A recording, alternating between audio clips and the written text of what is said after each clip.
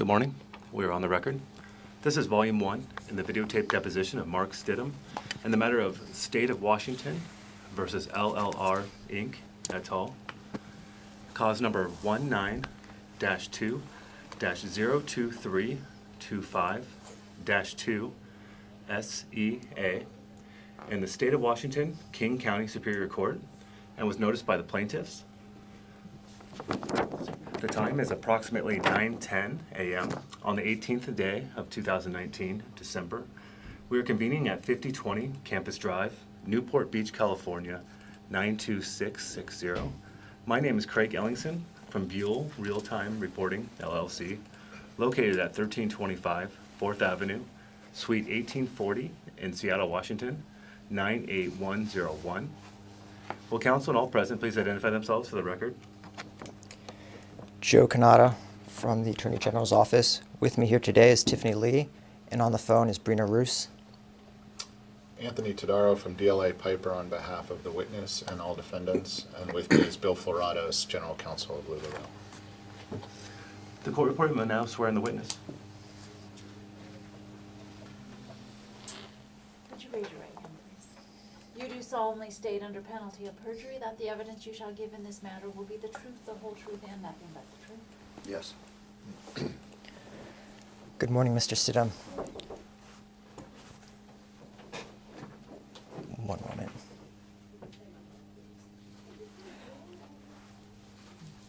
Can you please state and spell your full legal name? Mark Allen Stidham. It's Mark with a K. Allen is A-L-A-N. Stidham is S-T-I-D-H-A-M. Mr. Stidham, have you been deposed before? Yes, When? multiple times. When was the last time you were deposed? I don't recall the exact date, but recently. What was the case name? I'm sorry, what? What was the case name? Or what was the lawsuit? It was probably Providence Industries versus LuLaRoe. And before the Providence case, when was the last time you were deposed? I don't know. Were you deposed prior to that case? Sure, yes. How many times?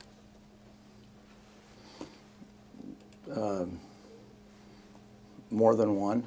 I'm not keeping a log of depositions. Can you give me a time frame? Was this past 5 years, past Yeah, 10 years? in the past, I think I was deposed in the in a sales tax case. And was that sales tax case, did that involve LuLaRoe? Yes. Okay. Other than the Providence case and the sales tax case, have you been deposed in other matters? Yes. Do you generally recall the subject matter of those cases? I was an expert witness in a real estate case. And when was that? 25 years ago. So other than the Providence case, the sales tax case, and the real estate case, have you been deposed in other cases? Not that I recall at this time. Have you ever testified in court? Yes. In what matters? Again, as an expert witness. In that same real estate case? Yes. Okay. Have you testified in court in any other matter? Yes. In the CMS case. And I don't recall if I was deposed in that case or not, but I testified in court on that case.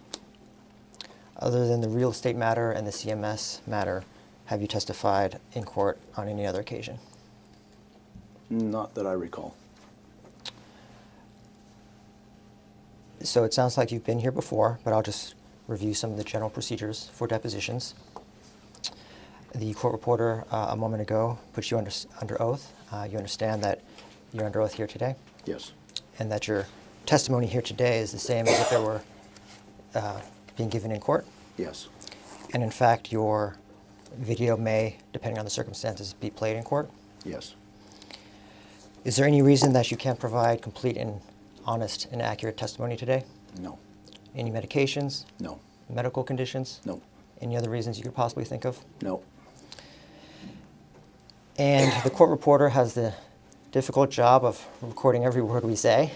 So that means a couple of things which are not intuitive to a normal conversation. We have to not speak at the same time. There's only one of her. She can't transcribe two people at once. You have to respond audibly. Uh-huhs, shaking of the heads, things that we normally do all the time don't really work here. And this is more for me, but I will try and speak slowly. Do you understand all those guidelines? Yes. There may be times when your counsel objects. Primarily, those are for background legal reasons. Unless he instructs you not to answer, I would ask that you answer if a question is given, despite an objection.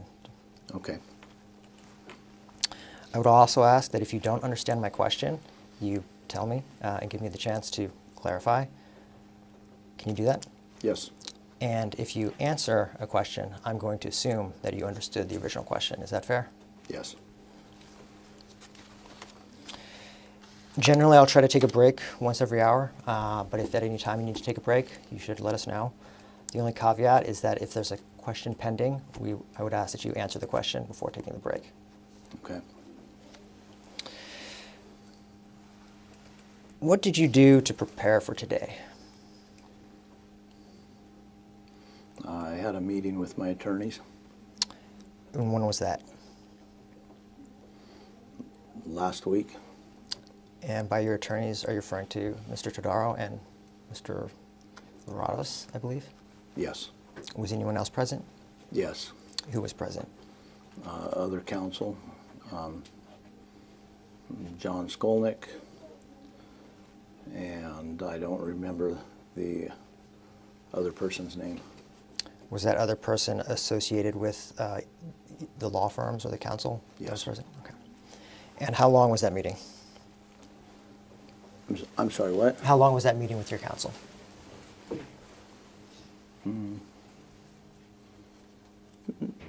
Probably 3 to 4 hours. Did they show you any documents?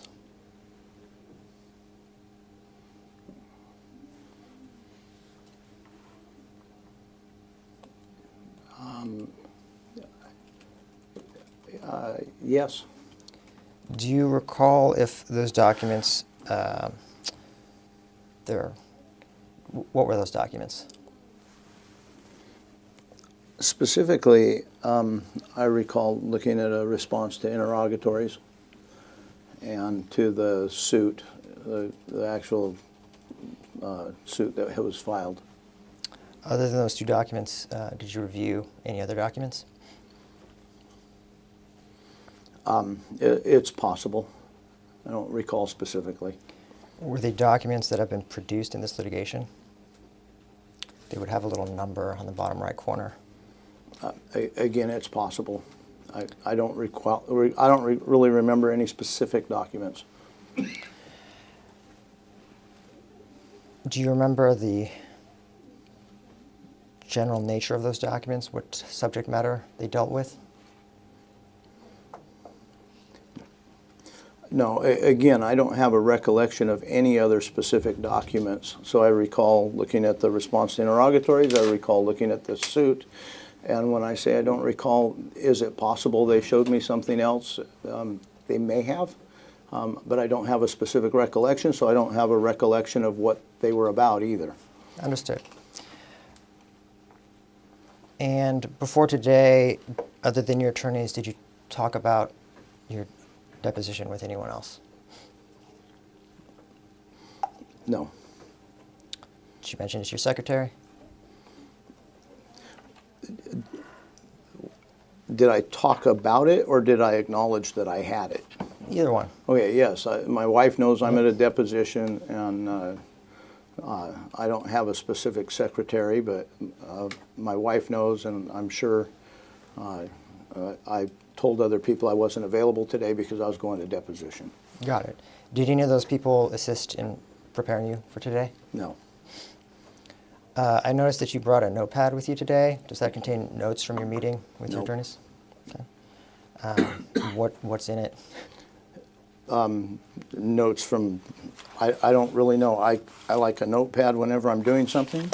That page isn't even mine. My wife did that page. It's a notepad I picked up and brought so that I would have a notepad in front of me if there were things that I wanted to remember or things that I wanted to just take note of from this meeting.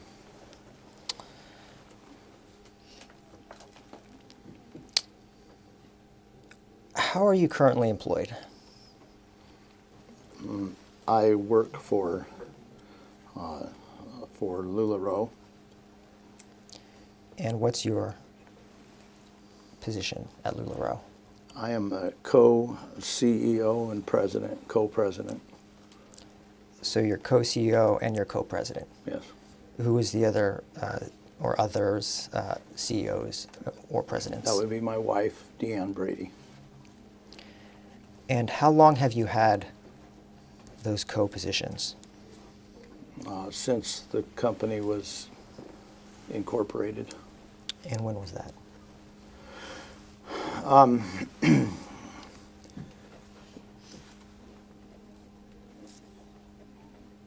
I believe that the LLC was incorporated in January of 2014, but I believe that there's the two companies, and I believe the corporation was incorporated in early 2015, I believe. Don't know exactly. Okay, so back up one sec. So there's a corporation early 2015, and then there's an LLC roughly January 2014. Yeah. And is it LuLaRoe Corporation and LuLaRoe LLC? I believe that they are referred to as LuLaRoe LLC and LLR Inc.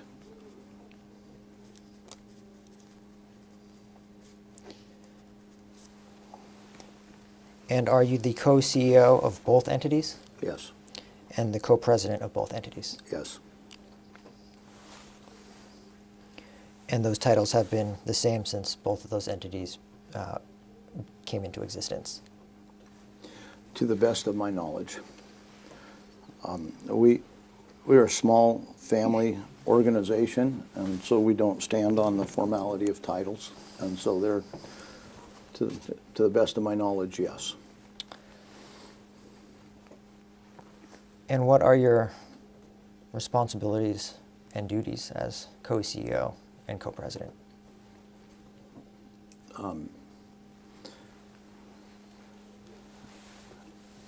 That's a broad question. All of the activities that a CEO would do, I oversee the complete operation of the company, including finance, production, manufacturing, order fulfillment, basically all operations. And as between you and your co-CEO / co-president, do you divide those duties, divvy them up, divide and conquer, or do you both handle them all? How does that work? There is a division of responsibility, not formal, but just in our operations. Deanne is more focused on the sales side of the business and the fashion side, and I'm more focused on the fulfillment and operation side.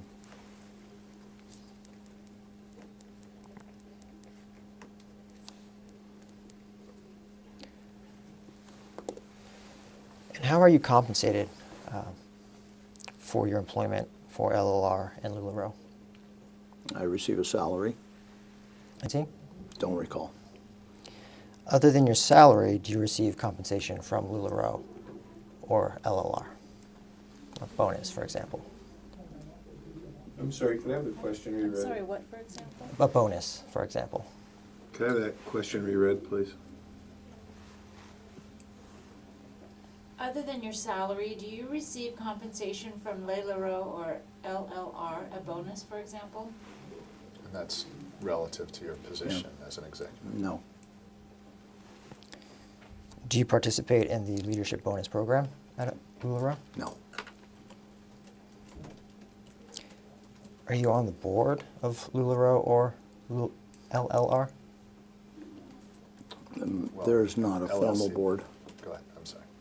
There's not a formal board For either? for either.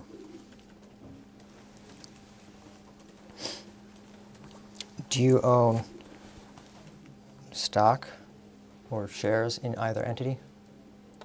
No.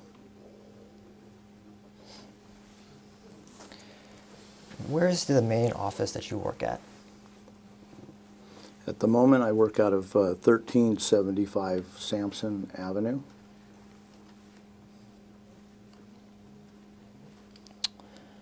And what, is that the LuLaRoe or the LLR office?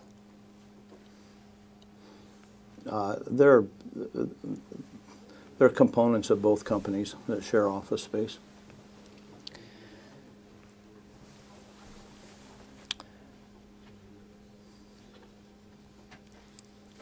Is there an office space for an entity called Lennon Leasing? There's not a specific office space for Lennon Leasing. What is Lennon Leasing? Lennon Leasing is an LLC. Are you employed by Lennon Leasing? No. How is it affiliated, if at all, with either LuLaRoe or LLR? Lennon Leasing owns the trademarks and intellectual property that LuLaRoe uses in its business. Does it have any employees? No. And a moment ago, you noted that Deanne focuses on sales and fashion. You focus on fulfillment and operations. Where does marketing fall within the CEO/presidency responsibilities? I would say that marketing, that we both have input on that. And who at the company, if anyone, assists you or Deanne with marketing? We have several employees that are in the marketing department. Is there who's the head of the marketing department? Currently, it is a gentleman by the name of Loren Simpson. Can you spell that for the court reporter? Yeah, it's Loren and then Simpson, S-O-N, Simpson, like the cartoon. And a moment ago, you said that you don't have any stock in LuLaRoe or LLR. Is that right? That's correct. Are there any shareholders? Yes. And who are they? Understood. And can you run through who your children are? I know it's a long list. You gonna make me spell them all too? Kenny Brady, Amelia Lyon, Nicole Thompson, Jordan Brady, Michael Brady, Alex Brady, Daniela Brady,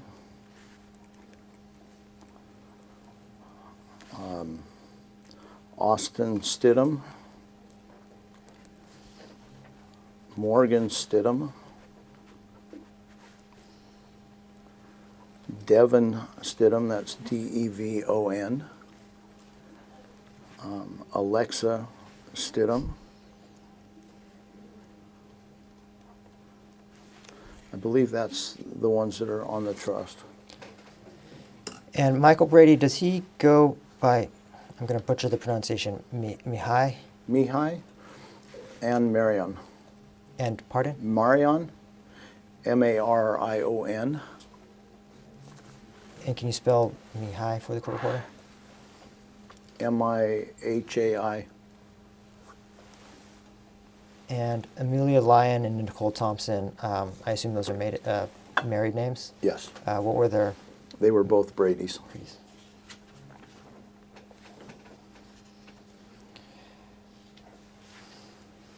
I'm going to run through that list again, and if you could let me know if that individual has a role at either LuLaRoe or LLR, that would be appreciated, and what that role is. So Kenny Brady, Yes. and what his He is the VP of Sales. Amelia Lyon, Yes. She is a photographer. Nicole No. Thompson, Jordan Brady, Yes. And I believe Jordan works. There's some overlap in sales and marketing, but he's in a role there somewhere. Michael Brady, Yes. Michael is our head of production. what does a head of production do? He's in charge of the production of our products. Got it. Alex Brady, No. Danielle Brady, No. Austin Stidham, Yes. Austin is in charge of, he does compliance and analytics. Morgan Stidham, No. Devon Stidham, No. Alexis Stidham. One office, or do you have multiple offices? Me personally? personally, yeah. Just one. Okay. And I understand as CEO you have a wide range of responsibilities. So, roughly how much time do you spend in the office versus elsewhere in connection with your work?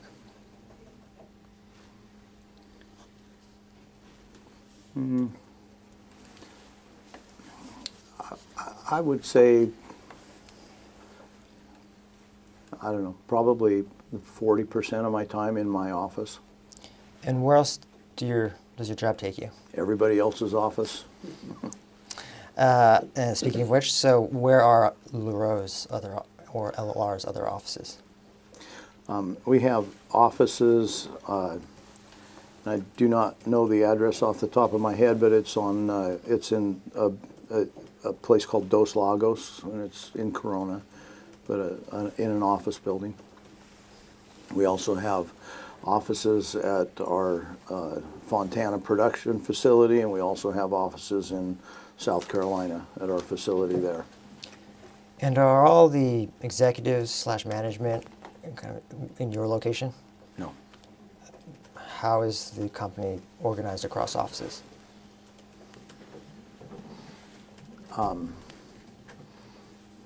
So right at this moment, finance and HR are in the same building I'm in. Warehousing and fulfillment are spread between Fontana and South Carolina. And sales, marketing, production, and IT are in the Dos Lagos building.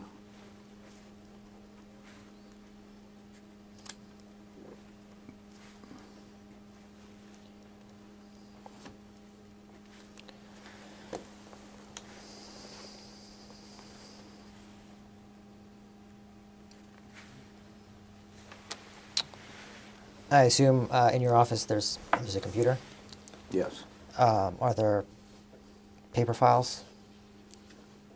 Minimal. Minimal. So you're mainly a electronic computer guy. No. But in terms of records and workflow, most of it goes through LuLaRoe's sort of electronic resources.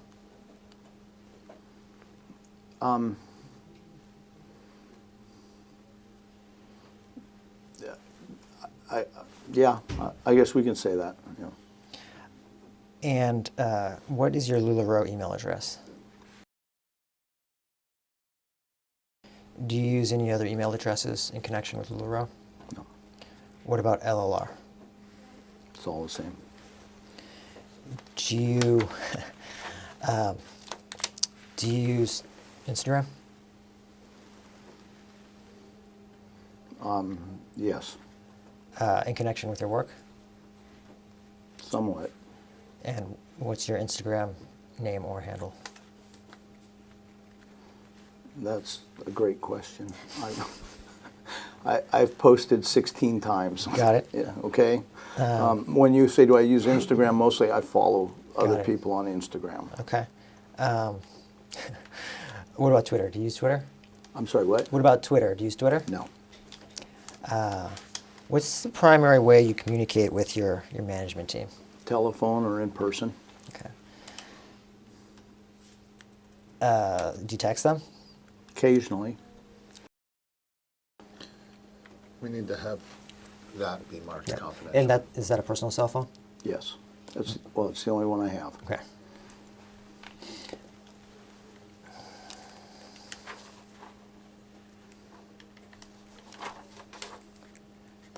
So you mentioned that LuLaRoe was incorporated. One of the entities was incorporated in early 2014. One in early, I believe you said 2015. Putting aside when the entities were formed, when was the first time you or Deanne sold a product using the name LuLaRoe?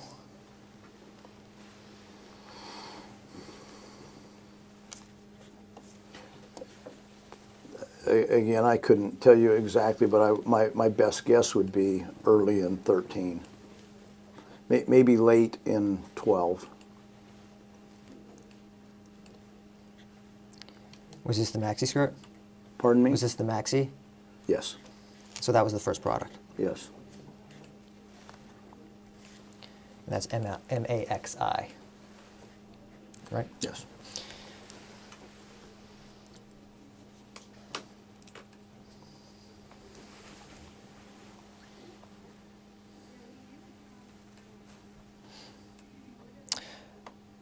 So I believe you said that LuLaRoe has no directors. Is that true for LLR as well? Has no directors. I'm going to Everybody- object on Let me- foundation and misstates. Let me restate the question. Does LuLaRoe have a board of directors? No. Okay. Does LLR have a board of directors? No.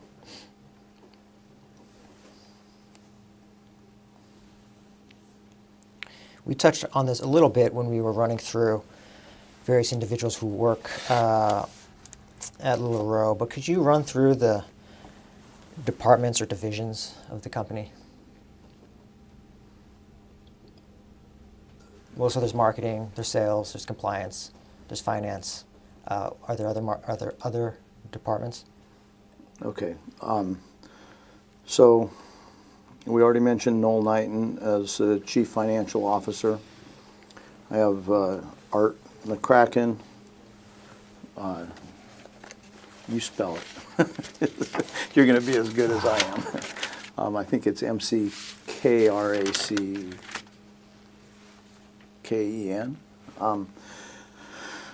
He's my Chief Strategy Officer. John West is the Chief Supply Officer, meaning supply forward.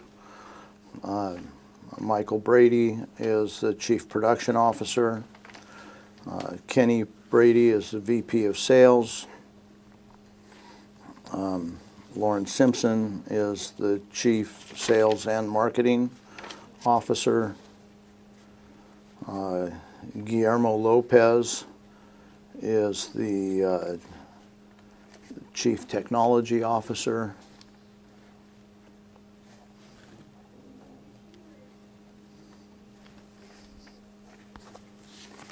And I believe that covers them.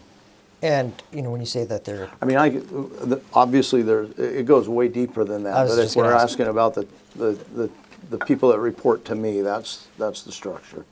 and those people have people that report to them, Yes. correct? Okay, so they're managers. Is that fair to call them that? Yeah. Okay. You said for West that he's Chief Supply Forward. Did I hear that Yeah, correctly? that means he's fulfillment of the product. He manages our warehouses and processes for fulfillment of orders. And for McCracken, West, Simpson, and Lopez, are any of them related to you by marriage, No. birth, adoption?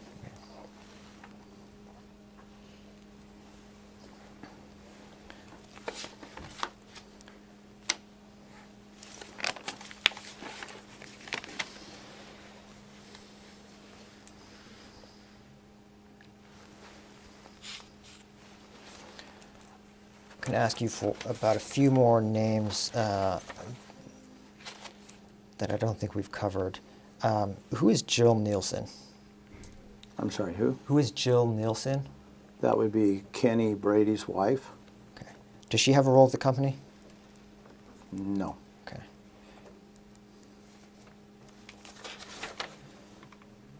Ben Ward? Ben works in the sales department. So he would be under Mr. Simpson? Under Kenny or Mr. Simpson, yeah.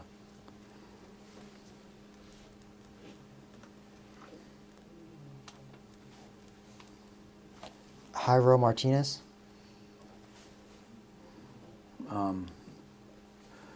Jairo, I believe, works. I think Jairo reports to Michael, but I'm not sure in what capacity. Megan Alvarez? Megan reports to Michael also on the production team. Grace Nicole Santayana? No idea. Okay. Summer Johnson? Summer, I believe, is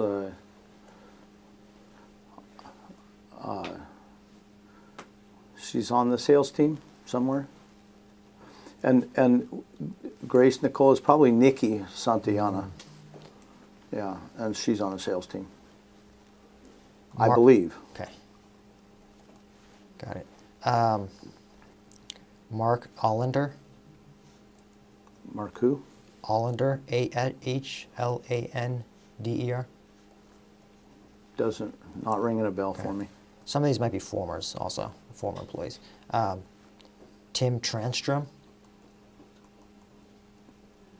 Say it again. Tim Transtrom? Yeah. Tim is actually an outside consultant, I believe.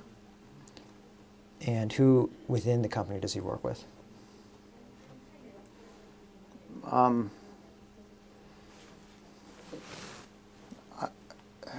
not quite sure of Tim's reporting. Occasionally he reports to me, but I'm not sure. He's probably in IT, would be my guess on Tim. Jared Ingram? No, doesn't work there. Did he ever? Yeah, And what was his role? he worked in sales. And I understand Mr. Florado is in-house counsel? Yes, I'm sorry, or as we refer to him as outhouse counsel. more appropriate. He's general counsel. He's not an employee. Got it. Okay, that was my next question. And Robert Lowell, similar role? Yes, Does Robert Lowell go by Bob? yes. Are there any other Bobs that you're aware of that work for the company? There is a Bob Allender. I wonder if that was your Hollander guy. I don't know. Allender, Ahlander, who manages events. Okay. Any other Bobs? Huh? Any other Bobs? Not that readily come Yeah. to mind. I mean, we have 700 Yeah, employees. no, I There's understand. Quite possibly there's a Bob out there. Justin Lyon? Yes, Justin works in the marketing department. This is a hard one. Siri Neese, N-E-A-S? Siri's in accounting, And is Siri a man or woman? a woman. And what does she do in accounting? She answers all my questions. Her name is Siri. No. She's our controller. And what are her responsibilities as controller? I'm not real clear on exactly what her responsibilities are. She reports to the CFO.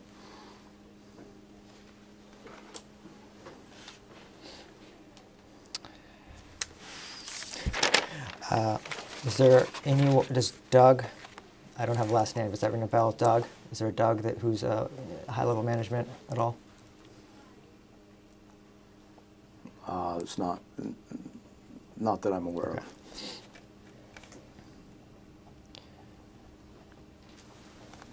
And I know that was a long list, but for those that I asked you about, are any of them related to you?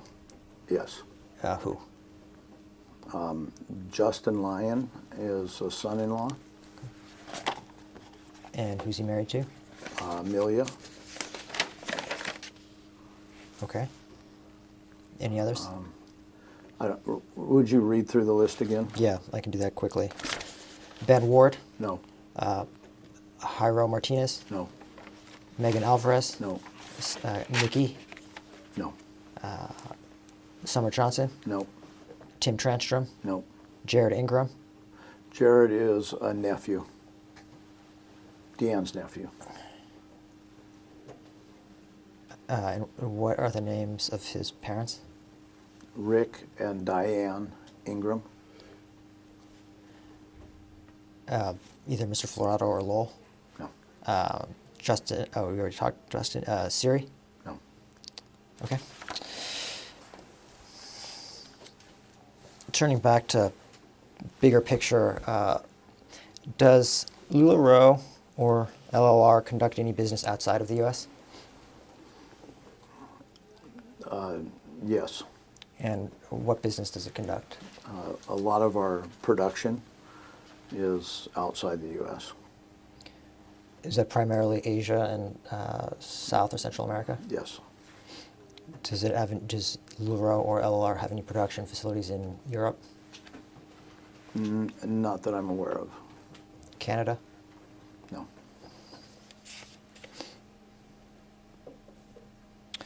Other than production, does either LuLaRoe or LLR conduct business outside of the U.S.? At this moment, no. And I say that because we've been working to get into Canada for some time, but we're not there yet. So when you say in this moment, potentially in the future, but what about the past? No. Do you ever have to travel to Europe for LuLaRoe or LLR business? No.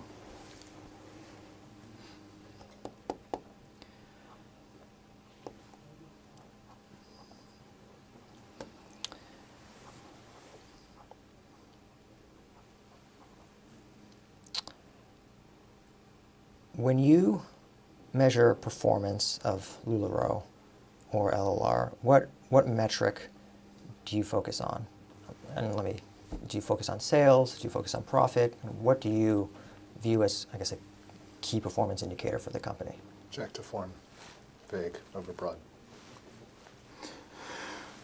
Yeah, there's multiple, what we would refer to as KPIs. And retail sales is definitely one of the large ones.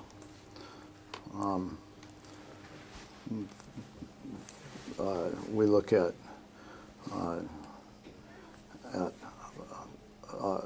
sales of the retailers, of the independent fashion retailers.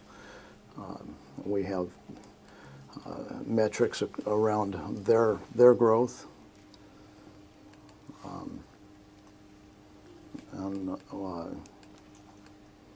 And our own internal sales. Okay, let me just address those one by one. So retail sales, that would be sales of IFRs to everyday people out there. Correct.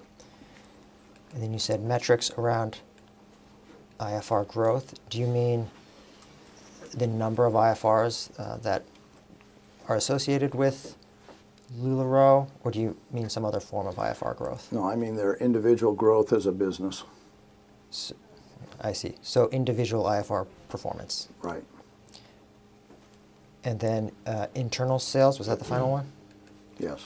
And would that also be called wholesale sales? Wholesale sales. And that would be sales from LuLaRoe to IFRs. Correct. Counsel, you're just about to your hour, and there's a call I have to return anytime that would be convenient for you to take a break.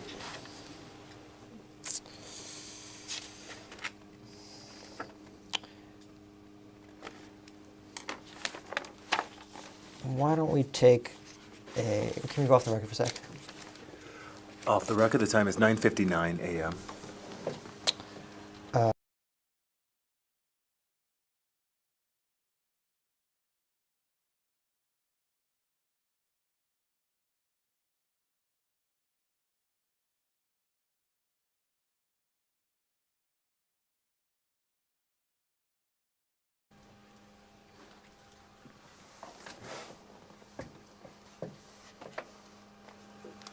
Going back on the record, the time is 10:10 a.m.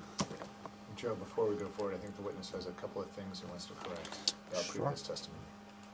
Yeah, there were two things. Apparently, LLR Inc. does have a board of directors. It's Deanne and myself. I was thinking of the LLC, but apparently the Inc. does have that board. And then the other one was whether or not we had gone to Europe on business. And yeah, actually we have taken trips to Europe scouting fashion, Milan, Romania, and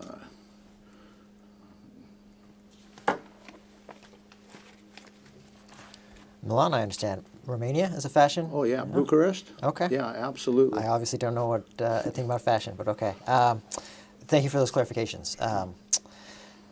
Before the break, we were talking about the growth of the metrics around IFR growth. I'd like to turn to the other metrics, retail sales and wholesale sales. And I understand LuLaRoe has experienced tremendous growth, so I'm just trying to get a sense of that. In 2013, roughly what were the retail and wholesale sales? So in 2013, I did not have any tracking on retail sales. Wholesale sales were roughly $3 million. Did you, were attempts made to track retail sales and they're just unsuccessful? You know, in 2013, I don't think we were really paying close attention to retail sales as a specific for tracking, because the company was very, very small and we knew all of the IFRs, and so we were having conversations about their business and their success and what they were doing, but we weren't overly concerned with tracking retail sales. You know, at that time. And roughly how many IFRs were there? Well, starting with 0 and then going to, I would say by the end of the year, possibly 150 to 200. And again, I'm going to tell you right now, that's a guess. That's just shooting from the hip. Okay? Understood. For the number of IFRs, is the wholesale sales, the 3 million, is that similarly a guess, or? No, the 3 million's pretty close. Okay, good. Okay, 2014, what were the retail sales and wholesale sales? Again, in 2014, not tracking retail sales accurately yet. Wholesale, 9.6 million. And best guess as to the number of IFRs? Now you're really pushing me to guess. I would say maybe 1,000. Turning to 2015, what were the retail sales and wholesale sales? Again, very little visibility on retail. Wholesale sales of, I believe it was 73 million. Anthony, would you pour some water for me? And in 2015, you said limited visibility into retail sales. Were any attempts made to try and track retail sales in either 2014 or 2015?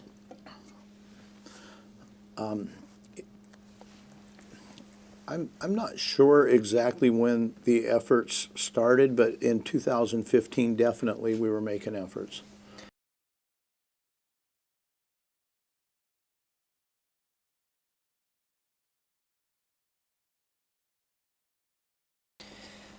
Turning back to 2015, we left off with wholesale at about 73 million. Best guess as to how many IFRs in 2015?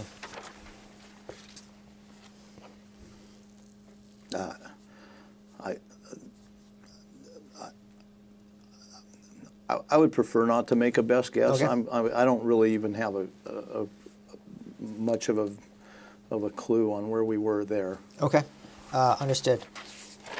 2016, what were LuLaRoe's retail and wholesale sales? 2016. I don't have retail off of the top of my head. I don't think we had great visibility into that. Wholesale sales were around $1.2 billion.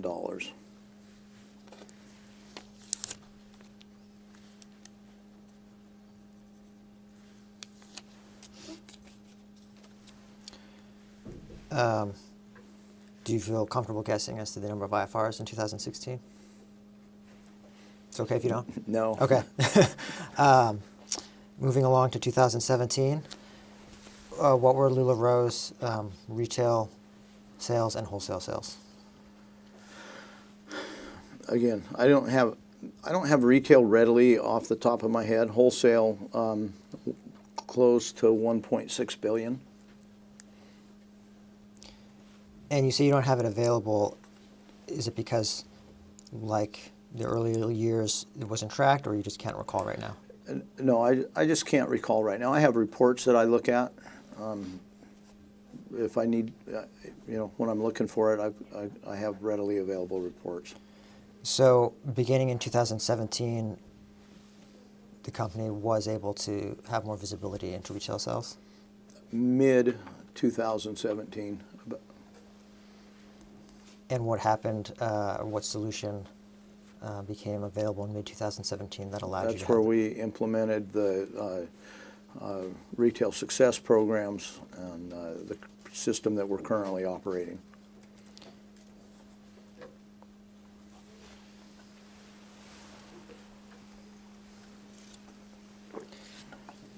In 2017, do you have a guess as to how many IFRs there were? Yeah, that one I do know, because that's where we hit, I think, probably close to our peak, and it was around 90,000. Would be my best estimate of it. So when you say you hit the peak, was that the peak of the number of IFRs? It was the peak of wholesale sales, it was the peak of retail sales, it was the peak of IFRs.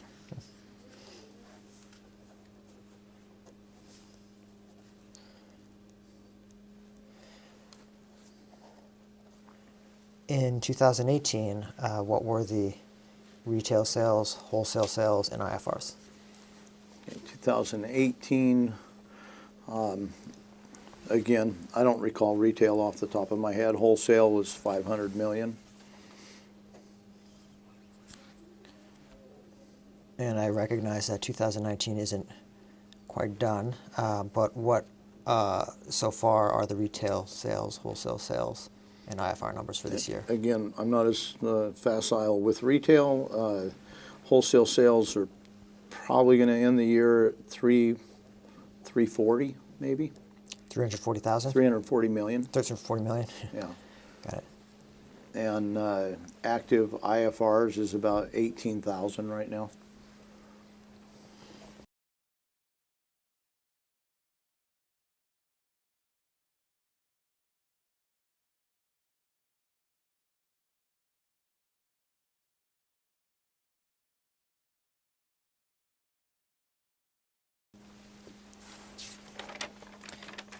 You mentioned you had a correction about the board members on the LLR. Does the LLR board have board meetings?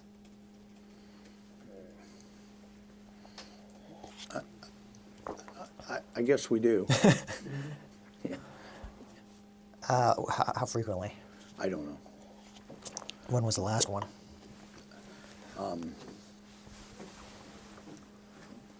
Again, I don't know. It sounds like it was not a formal process, but are there minutes or meetings or meeting minutes or agendas, documentation related to the board meetings? Again, I'm just going to have to say I don't know. There may be, we may have had meetings where minutes were kept. I don't have a recollection.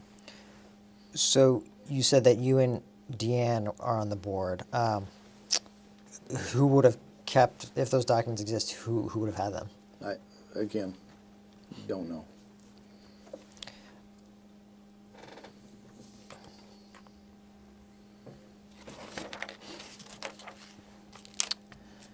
I've seen references in some of the documentation to exec meetings.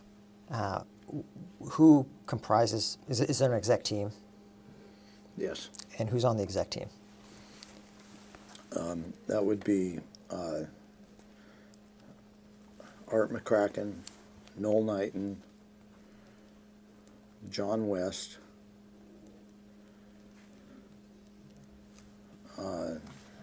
Guillermo Lopez, Lauren Simpson,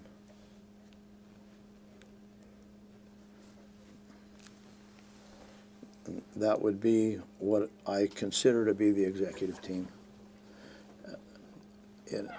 And in those meetings, in attendance, and obviously Deanne and myself. Yeah.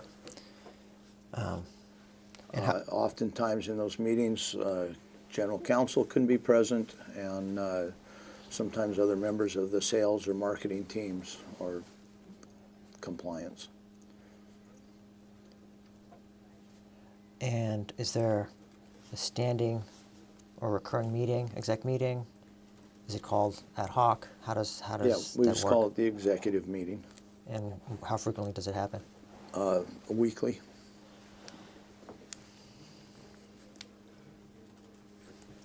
Do you, as CEO / president, do you have other recurring meetings? No, not scheduled recurring meetings.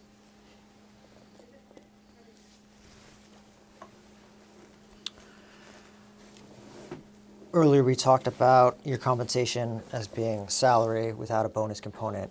For the execs, are they all salaried? Yes.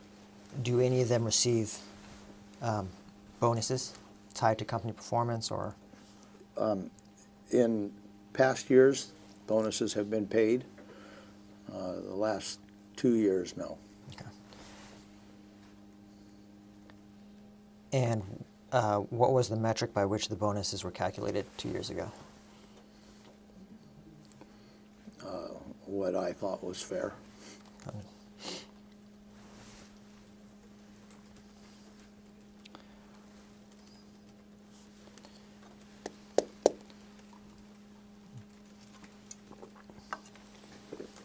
What factors did you consider kind of in determining that? Objectives vague. If you want to identify an individual and a particular bonus in a particular year.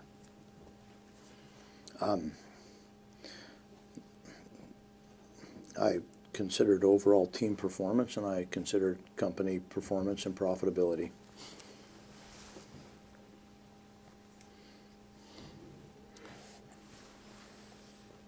And mechanically or administratively, how are you paid by LuLaRoe? Do you receive a check, direct deposit?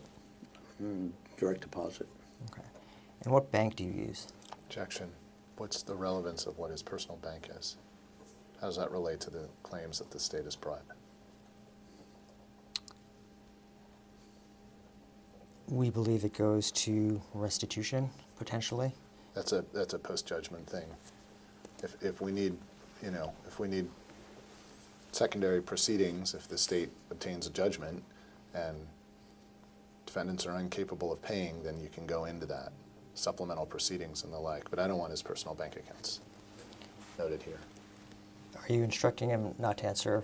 You need to give me some relevance to that. I mean, you need to conduct this deposition targeting discovery that's relevant to your claims. So if you can't articulate it, then yes, I'll seek a protective order on that. So are you instructing him not to identify the bank that he uses? Are you going to give me an explanation for how that is something that's fairly in the purview of discovery? I believe I have, but we obviously disagree. So I just want the record to be clear whether or not he's being instructed not to answer.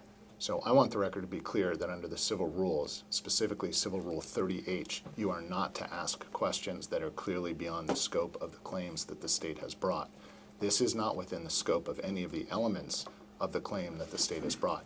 If your only justification is potential supplemental collection issues, that's for supplemental proceedings. So it's an improper question.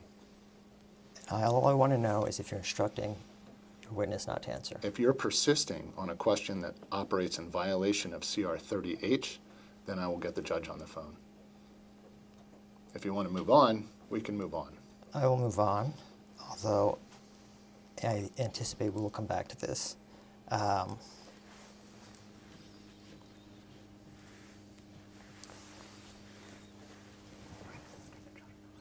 What's that? Okay, we'll start that process at the break.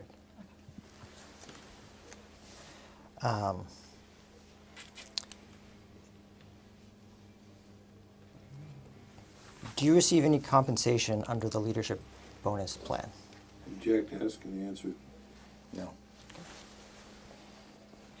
I would also request that only counsel of record make objections at today's deposition, if that's, We can do that.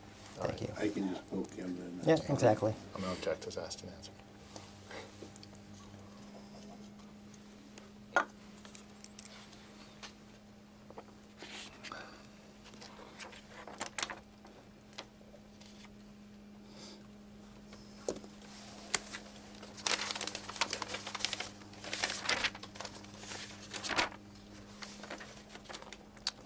So you mentioned that, I believe it's Mr. Simpson, Lauren Simpson, Yes. is Chief of Sales and Marketing.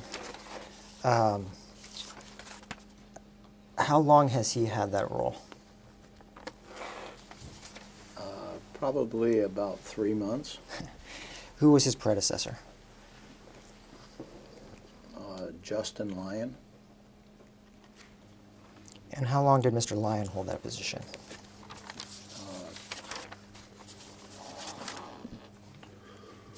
Probably since its inception, but I don't know the exact timing on that, but for a couple of years at least. And who held that position before Mr. Lyon? There was not a position before that. Regardless of whether or not the position existed, who was responsible for marketing issues prior to Mr. Lyon? So Mr. Lyon was responsible from the time he came on board, which was in probably 2013. Got it. Okay.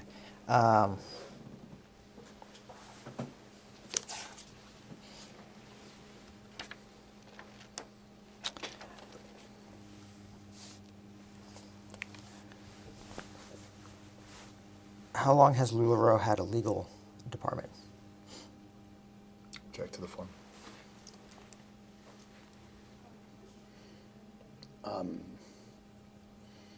I don't know that we do have a legal department. We have counsel that we've retained, and we've had counsel from the very beginning. And how long has LuLaRoe had a compliance department?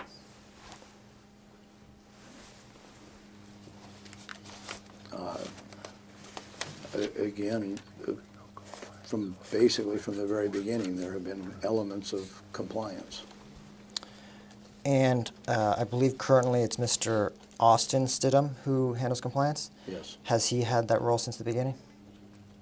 To the best of my recollection, I'll say yes.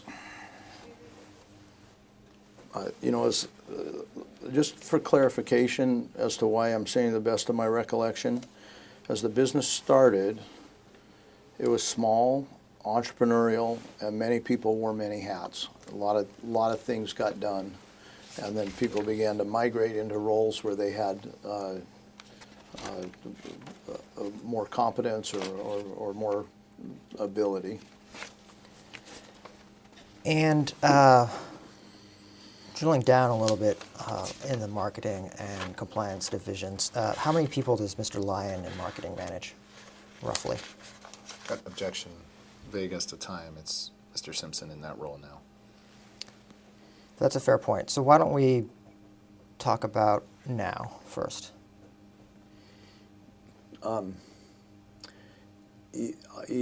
Again, I don't know. I'm going to say that there's probably 20 to 30 people in that department. Don't have the exact org chart in my mind. Is there an org chart that covers all of LuLaRoe? No. Okay. Or maybe. Let me go back. Maybe HR may have a complete org chart.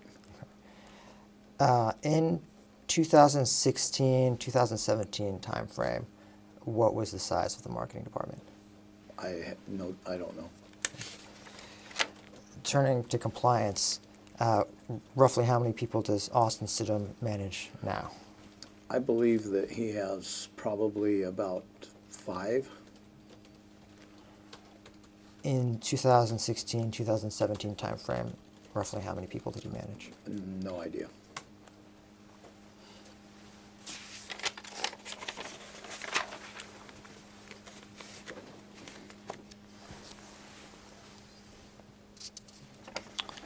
For the compensation team, roughly how large is that team now? I'm not sure what you mean by the compensation team. Sorry, let me check back on my notes. Is there a compensation team? I don't believe there's a compensation team. Okay. I've seen reference to something called compensation team, T period E period A period M. What is that? Again, I don't know what the I don't know what a compensation team would be. If there's somebody referring to it that way, and it may be. Well, never mind. I'm not going to tell you what it may be because I don't know. Okay. I've also seen reference to something called comp calculations at LuLaRoe.com. What is that email address? I believe that would be for somebody who is wondering how their compensation check was calculated, that they would send a question there. And so those would be, so who would be at the company, who would be responding to emails sent to that address? Somebody in customer service. And who manages customer service? Each department has customer service elements. We don't have a central customer service. So that's compensation to IFRs. Who in the company deals with compensation to internally IFR employees? Could you reread that, please? So that's compensation to IFRs. Who in the company deals with compensation to internally IFRs? Oh, okay. So I did not ask that question correctly. Who at the company handles LuLaRoe employee compensation? We have an HR department. And who within the HR department handles LuLaRoe compensation?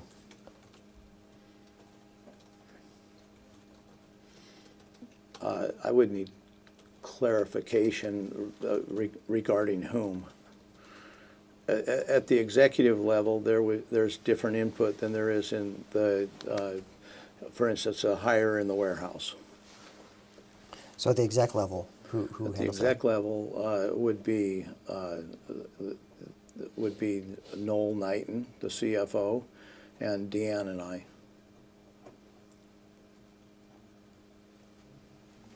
And sort of, for lack of a better phrase, for rank and file, who handles those employees? I don't really know how that process works. I've seen reference to technical team, T period E period A period M. Is that a reference to LuLaRoe's IT department? Most likely. And how big is that team? I don't know. And I assume you would not know how big that team was in 2016 or 2017? No.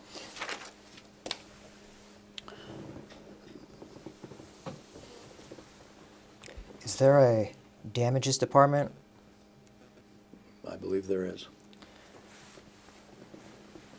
And who manages that department? Again, I don't know who manages it. Do you know the size of that department? No. But that department deals with damaged products from the IFR's perspective? Yes. Okay. Do they also deal with damaged product that LuLaRoe receives but doesn't send on to IFRs? Yes. So it's the same department that handles both? I'm not positive. I know that people handle both of those functions, but I don't know if they're under the same management.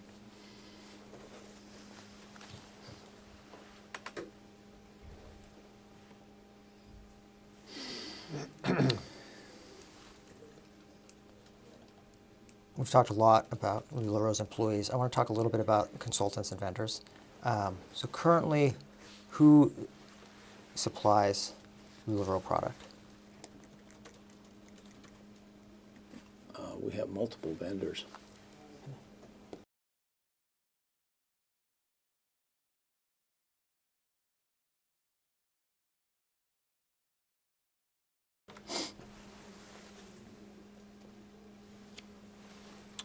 Turning to a different vendor, Service Quest.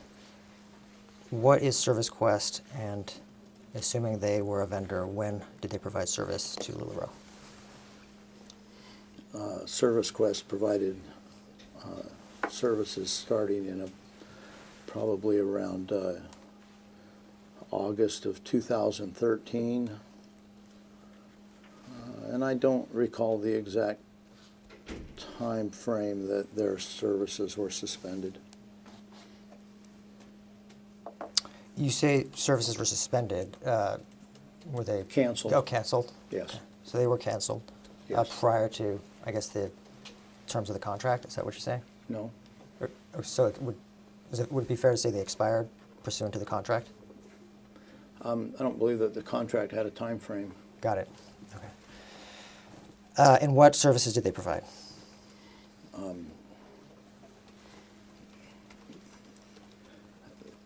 They provided consulting services relevant to the network marketing industry, compliance guidelines, policies and procedure guidelines, compensation plan guidelines, some limited legal services around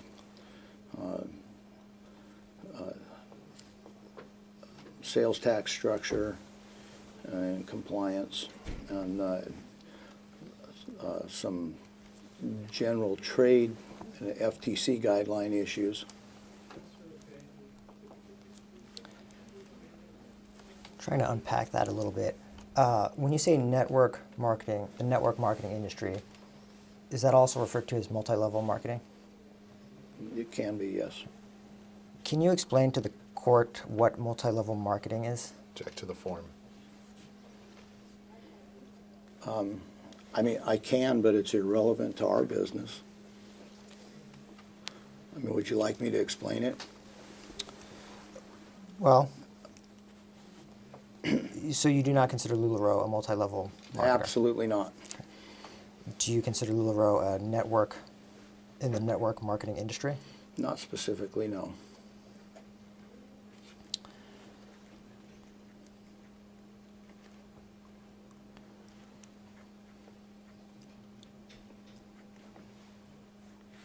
Does LuLaRoe hire outside accountants? Yes. Which company or who are the accountants? Again, I don't know the name of the firm, but we have audited financials And do those audits occur? How frequently do those audits occur? annually.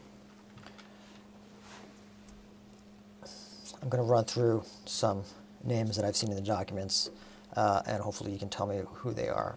Who is Citric and Company, based in Los Angeles? No idea.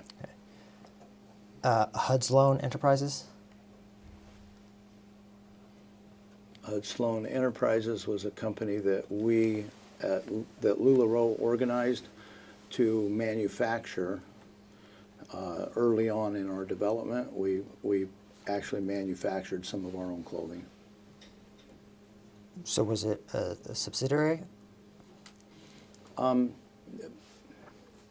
not sure how the structure was, But quite it- honestly. I don't remember if it was owned by LLR, if it was owned somewhere else, not sure. But its only client was LuLaRoe.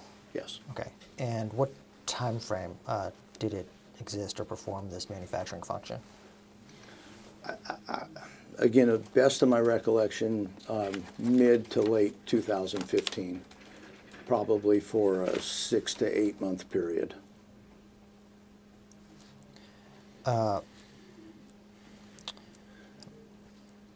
When it was started, was it intended to be a short-term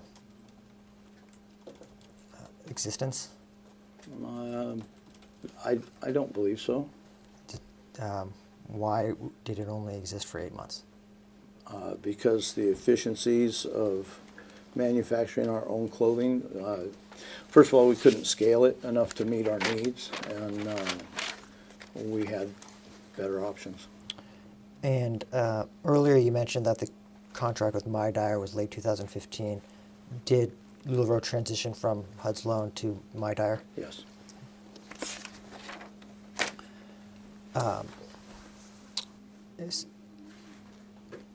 There's a company spelled N-U-V-E-I. Does that name mean anything to you? No.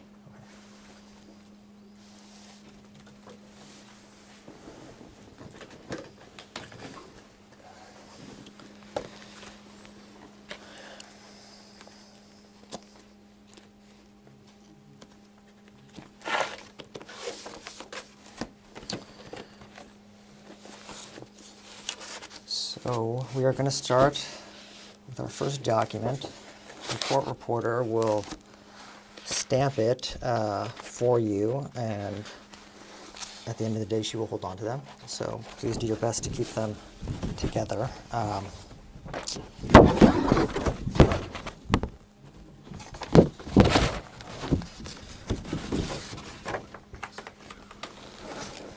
So we're starting with Exhibit 42.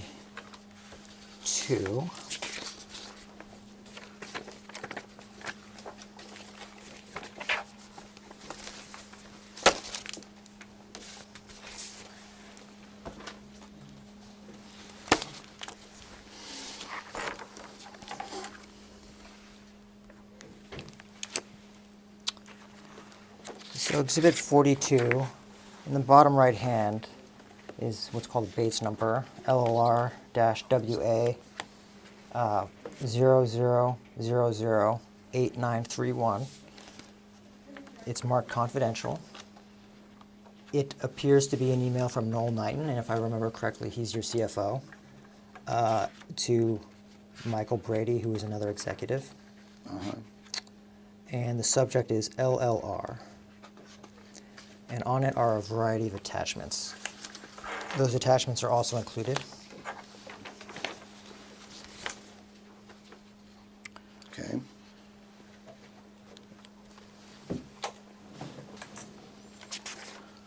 I recognize that you're not on this email, but do you recognize the attachments to it? Object is overbroad.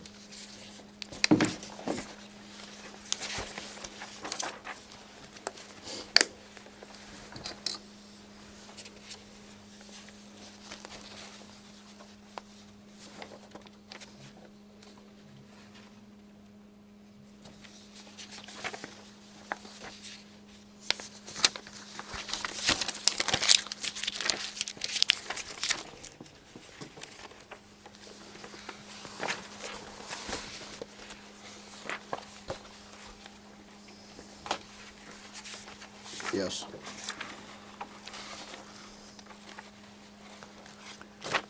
And on the cover email, the attachments are listed as the LLR Articles of Incorporation, the LLR bylaws, a trust valuation report for LLR, officer minutes, ownership of LLR, LuLaRoe, LLR 2017 annual report, LLR 2017 annual report receipt, and the LLR Articles of Incorporation. Do you see that? Yes. And are those the documents that are attached to this email? Yes.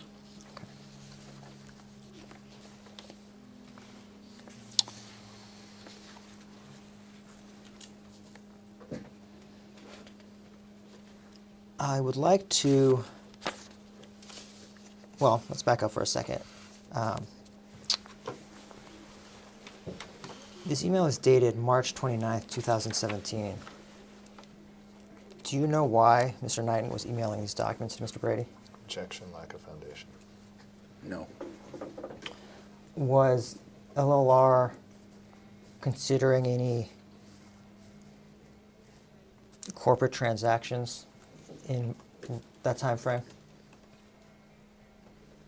Objection, vague and overbroad. Not that I'm aware of. For example, acquiring someone else, selling itself, going public, issuing shares, anything like that? No. Okay.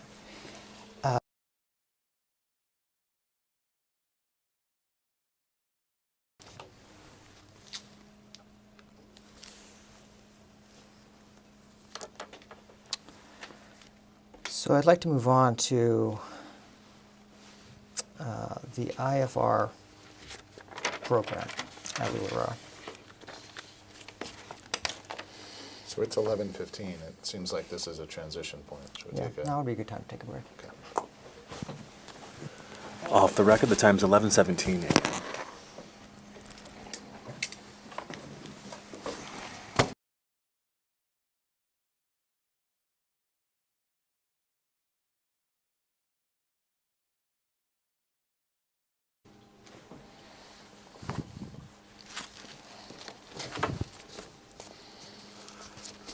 Going back on the record, the time is 11:27 a.m. I did have one last question on Exhibit 42.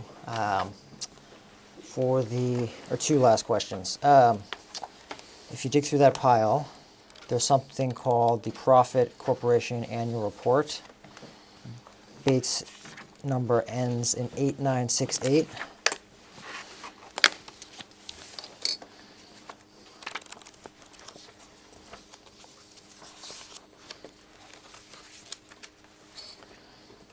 And in the middle of this page, it has some of your information, including a phone number and an email. Do you see that? Yes. What is that email address used for?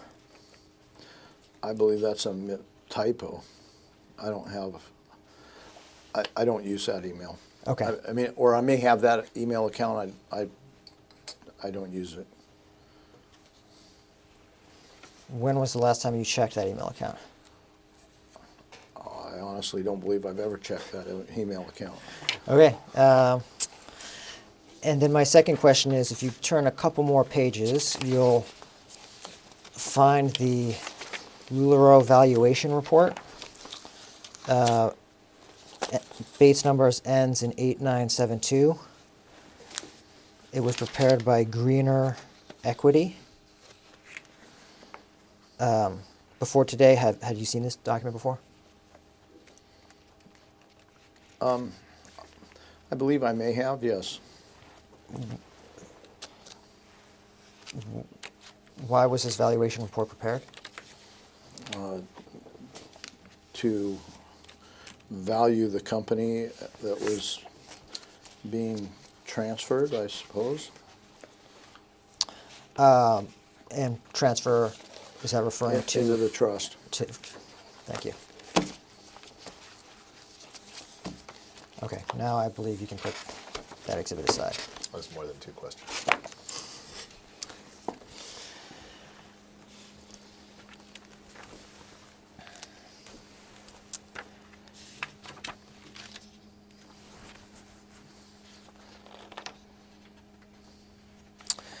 Earlier today, you stated that you don't consider LuLaRoe an MLM or a multi-level marketing company. Did you ever consider LuLaRoe an MLM? Nope.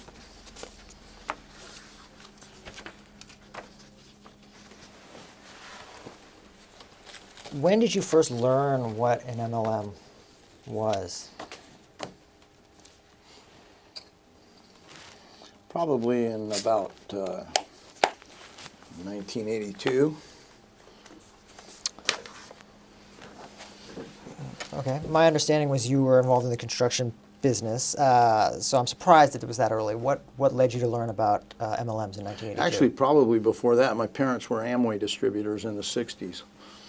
In 1982, my wife at the time was involved in a network marketing company. And which one was that? Was it Amway?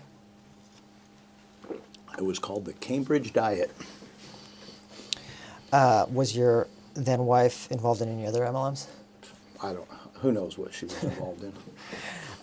Prior to LuLaRoe, have you been involved in other MLMs? Yes. Which ones? So Deanne and I were involved in a company called Eola, E-O-L-A. And when was that?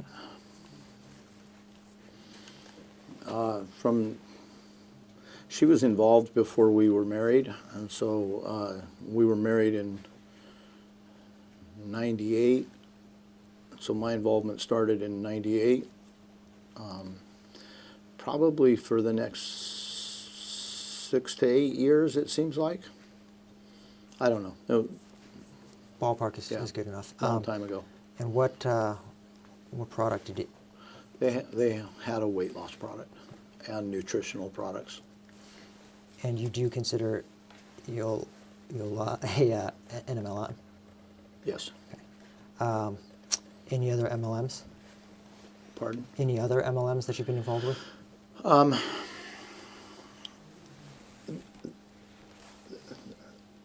Do you know there were others? I don't recall specifically,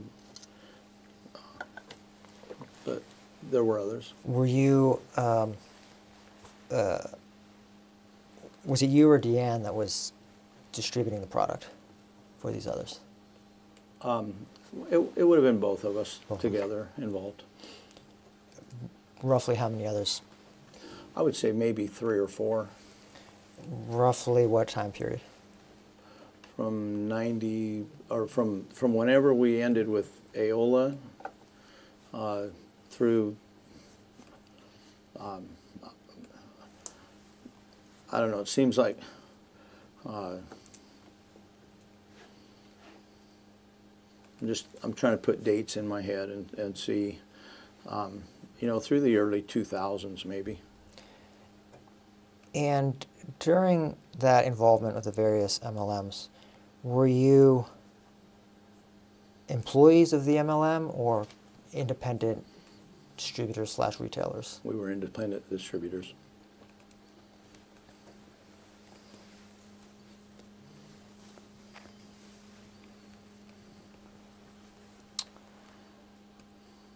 What is the Direct Sellers Association?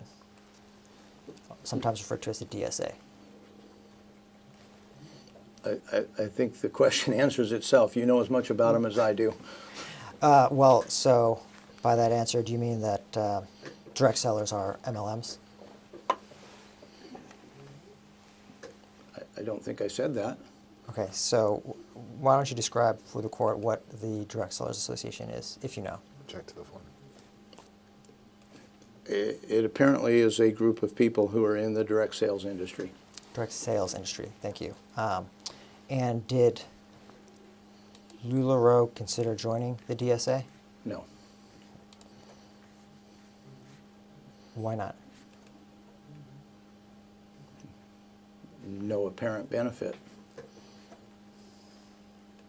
Are there costs with joining the DSA? Don't know.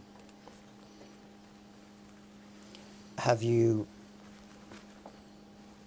ever discussed having LuLaRoe join the DSA?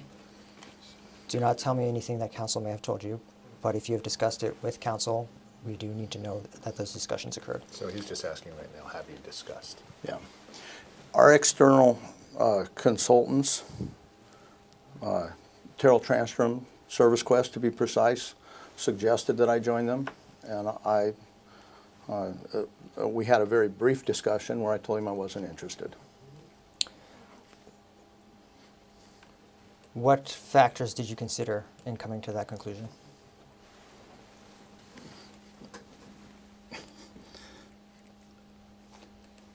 that I had no need of them. There was absolutely zero reason for me to be participating with the group of people who label themselves as MLM. And the Direct Sales Association very much does that.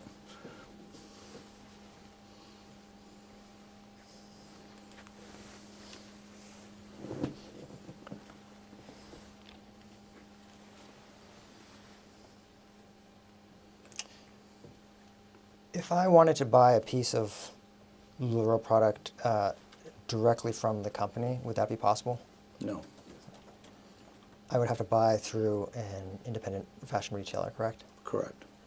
Are those independent fashion retailers also called consultants, independent fashion consultants, or were they at one time? At one time they were. When did the name change from independent fashion consultant to independent fashion retailer? I don't know. It was a migration. And has that always been the case, that an individual consumer cannot buy directly from LuLaRoe? Yes.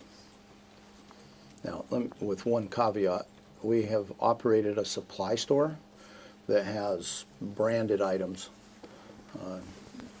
and people other than IFRs can purchase branded items, so coffee cups with LuLaRoe or keychains or hats or things of that nature. And how long has that store been around? I don't know, for a long time. Is it a physical store? Is it an online store? Online. When the name changed from independent fashion consultant to independent fashion retailer, did any of the responsibilities change? No. Whose idea was it to change the name? I don't know. So if I understand it correctly, the only way for me to buy a piece of LuLaRoe product would be to become an IFR. Object to the Yeah. form. No. To buy a piece of product directly from the company would be to join and become an IFR. Is that right? That is not correct. Can I have the question read back to me? To buy a piece of product directly from the company would be to join and become an IFR, is that right?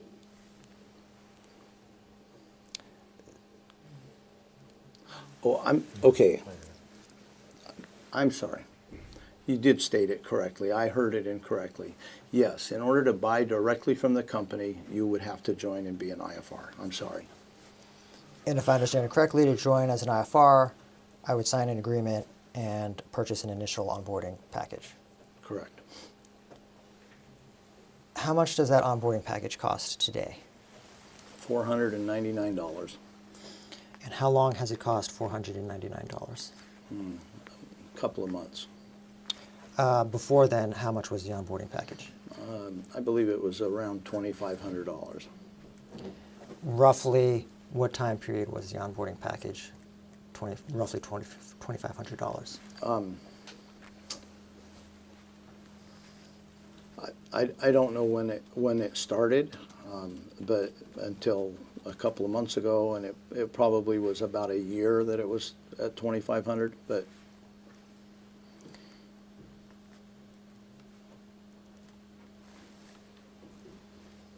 So 2018 to 2019 timeframe? probably, yeah. Okay. Before 2018 to 2019, how much was the onboarding package? It was $5,000. And what time period was it roughly $5,000?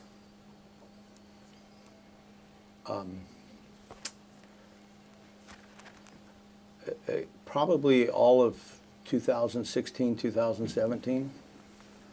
And again, I'm spitballing here, guys. Got it. Before 2016, what was the cost of the onboarding package? Earlier, the cost was like $2,100. And was it $2,100 from LuLaRoe's inception to roughly 2016? Yeah, in LuLaRoe's inception, there was no onboard package per Okay. se. As the company grew and we needed some structure around how things were done, then we developed onboard packages. Okay. And when were on-board packages developed? Again, I would say probably in 2013, 2014. And when they were first created, they were priced at around 2,000. Around 2000, I believe. Who decides on how much to price the onboarding package? The final decision, me. Before the decision gets to you, who comes up with potential changes? Input mostly from sales and marketing, and yeah, I would say mostly sales and marketing, a little bit out of finance.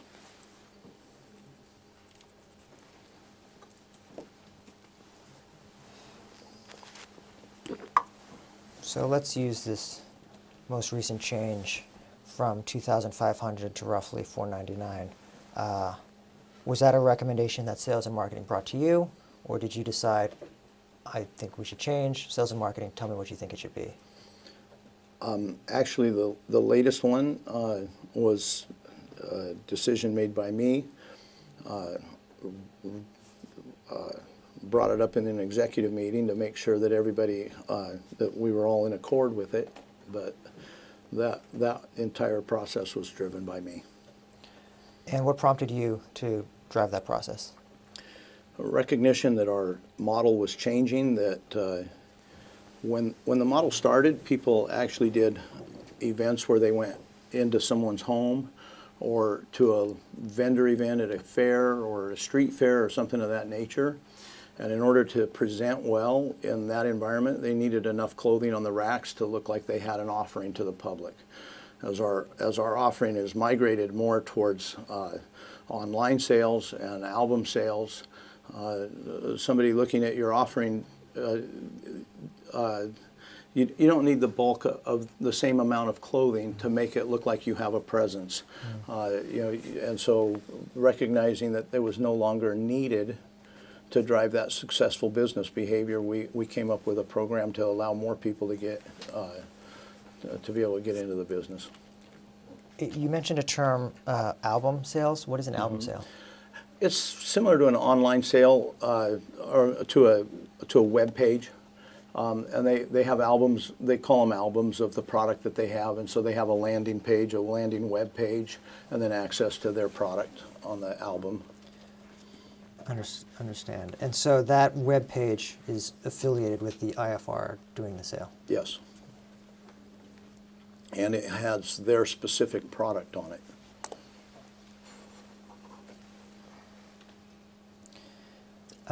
For some of the other, changes to the onboarding packages, 2,100 to 5,000, 5,000 to down to 2,500. Who drove those changes? Again, mostly me in those things. Again, with counsel and talking to the other executives, but mostly me.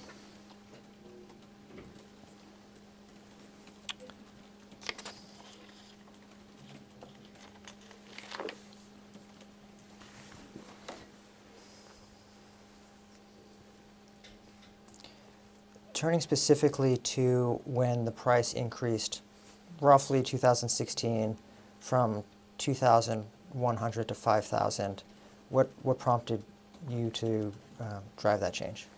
Expanded product line. When we started, we had one. Excuse me. We had one product. We had a maxi skirt, and so buying 100 skirts was enough to have some kind of presence. As the company grew and we had multiple offerings, what we found were people would have multiple styles, but they wouldn't have adequate sizes or representation across the styles. And so in order to have an effective product mix, we felt like it would work better for them. They would have a better chance at being successful if they had a broader product. Okay. I alluded earlier to the fact that I'm fairly fashion ignorant, so excuse some of these questions. What is the difference between a product and a style? I guess a product refers to any piece of clothing, and a style would refer to, for instance, a top or a dress or a skirt or a particular silhouette of a style of clothing. Okay, so I've seen names like the Maxi, the Nicole. Do those refer to styles? Those would be styles, correct? And so, for example, the Maxi is a style of dress, right? Yeah. Skirt. So when I say that the product line expanded, product line expands with more styles in it, if that makes sense. Would a product line be like tops, for Everything. example? No, it'd be Okay. everything. And so if I'm in a style, say the Maxi, there are different sizes, right? Right. Okay. And then there's different patterns? Yes. Okay. And there's also something called print, is that right? The print and pattern would be the same Oh, thing. patterns and prints are the same thing. Yes. So when I receive an onboarding package, let's say, imagine it's 2017, after the expanded product lines. Do I choose different styles that I get in the onboarding package? So there were different times when we experimented with different things. At some points you could choose. At some points there were predetermined packages. Some of those were in response to our manufacturing processes, what I knew we had available. So in order to get you size runs across the entire body, we would narrow it down to products that we knew we had those size runs across the bodies. So in other words, if I didn't have mediums in something, I didn't want you starting out your business and buying a product and then not having a size medium. That's not going to help you.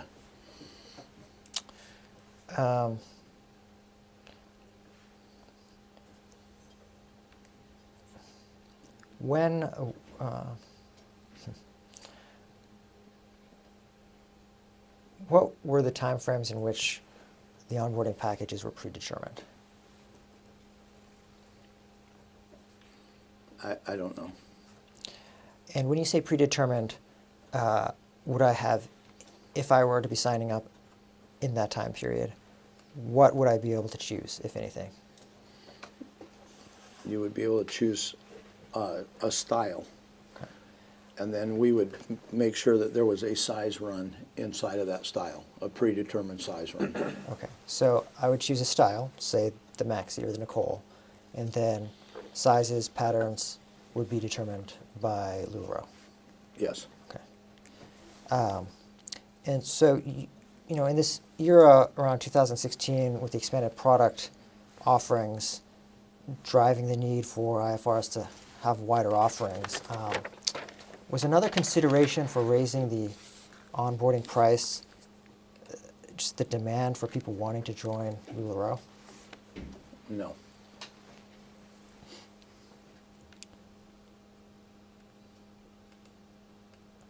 Has LuLaRoe ever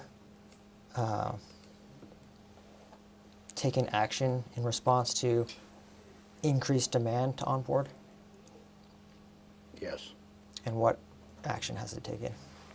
We limited the number of retailers that could onboard and created a queue, which actually served a couple of purposes. One, it slowed down the incoming retailers, but second, it gave people an opportunity to really analyze what the business was and whether it gave them that moment to think about what they were going to do and whether, how they were going to be involved and the commitment they were making to build a business.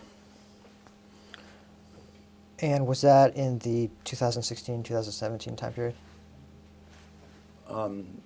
Definitely in 17. I'm not sure if we'd implemented it yet in 16. And So it sounds like onboarding was capped during that time. Is that fair? Yes. What was it capped at? I believe that it was 500 a day.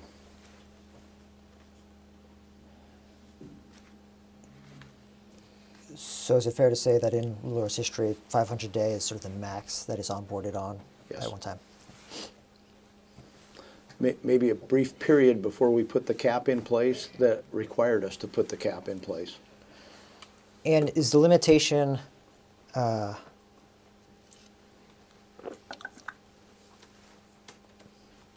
withdrawn?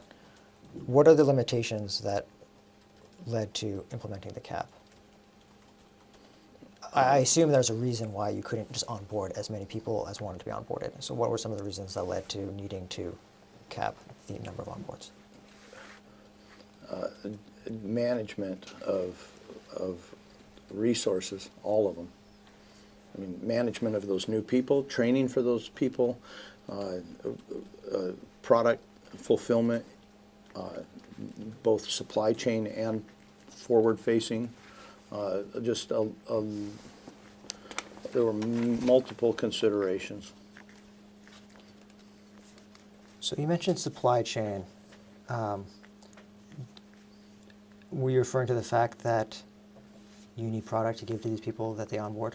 Yes. And it was difficult to produce that much product in such a quick time frame, correct? It was, there were challenges in anticipating that kind of growth. And you said supply chain and also forward-facing. Yes. What did you mean when you said forward-facing? I mean, fulfilling their orders. Ah. So even if you have the product, you still got to ship it to them.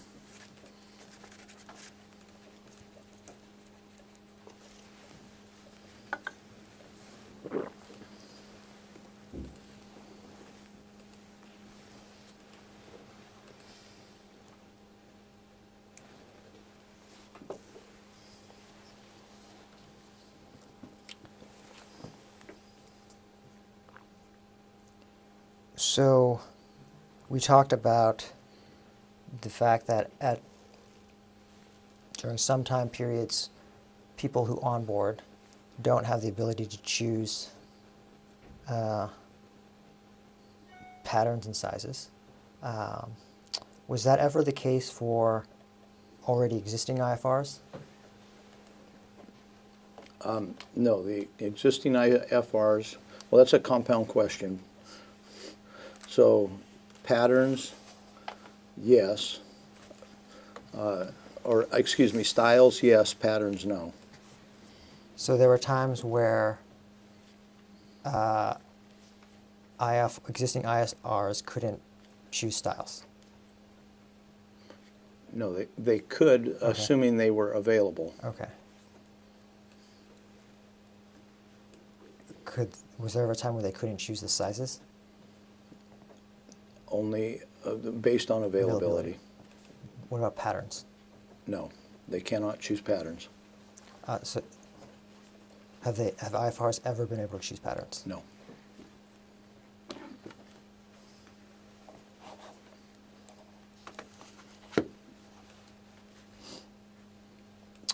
And if I'm an existing IFR trying to place an order,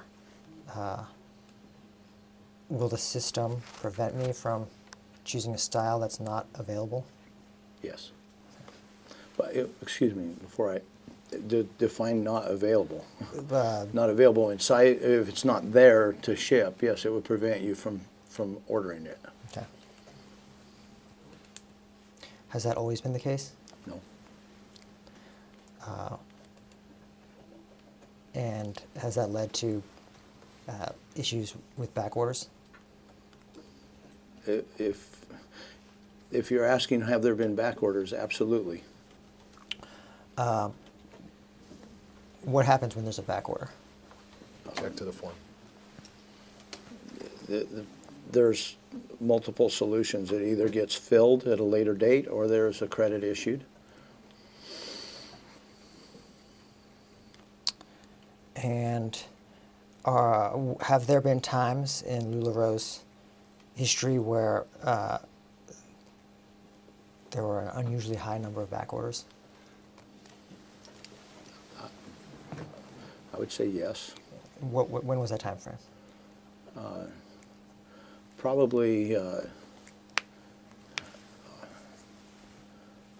August through September of 2016, maybe earlier than that. So similar time period as when the queue was put in place. Probably, yeah, possibly. Again, you're asking me timeframes from 4 or 5 years ago, Right. I'm making some guesses. Yeah, I'm just going to object to misstates his prior testimony. So I thought he said 17. Okay. Turning back to the queue, whose idea was it to, cap onboards and create the queue? Mine. Who else was involved in that decision, if anyone? Again, probably marketing and sales teams, production team. I'm sure Deanne, finance, everybody. This was a major decision for us. Was there a particular group in charge of implementing the queue? I know that we spun up people to manage the queue. I don't remember the exact structure of how that was done. And what was involved in managing the queue? Just, communications, mostly, and then the actual administration of where are you, what's your time frame, when are you, who's next, who's in line, what does this queue look like? When you say communications, do you mean LuLaRoe communicating with the people in the queue? Yes. Okay. What, other than administrative, like where are you in line, what's expected wait, things like that, what types of communications occurred between LuLaRoe and the queue? I don't know. You mentioned that sort of a side benefit or a benefit of the queue is that allowed potential people to evaluate, this opportunity. What resources would you make available to people in the queue to evaluate the opportunity?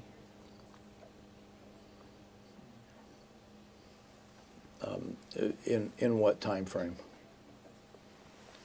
Well, let's start when the queue first was implemented. So probably when it was first implemented, not much.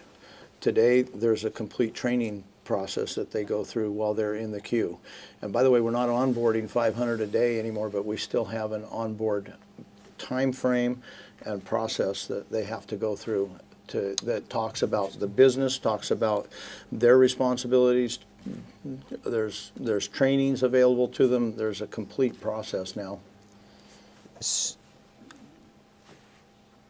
So the queue is still in existence? Yes. And how long is the queue period now? It's not a time frame any longer. It is a training process and acknowledgement that you've received that training. And it can be done in as little, I think they're doing it in as little as a week, generally a 1 to 2 week process. And is that training put on by LuLaRoe? Yes. Who does that training now? I believe that it is mostly online. Is that training, I've heard of things called the Q call. Is that what the training is called? There's more beyond that. I'm not sure what the Q call is. Okay. What is, let me back up then. So what is the formalized training? What does it look like? I don't know. Are they live? I don't know. Oh, okay. Who would know?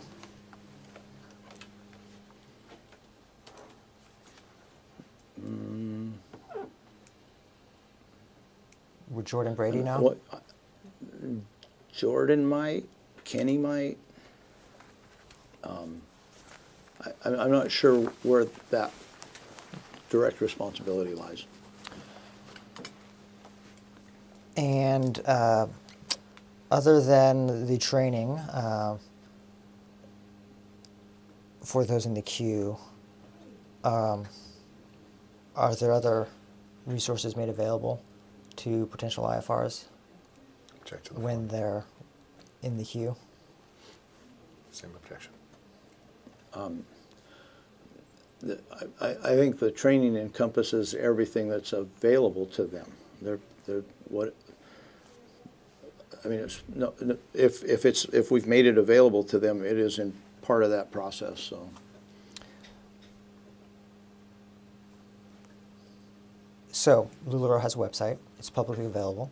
Are people in the queue given access to internal sites at LuLaRoe while they're in the queue, things of that nature? I don't know.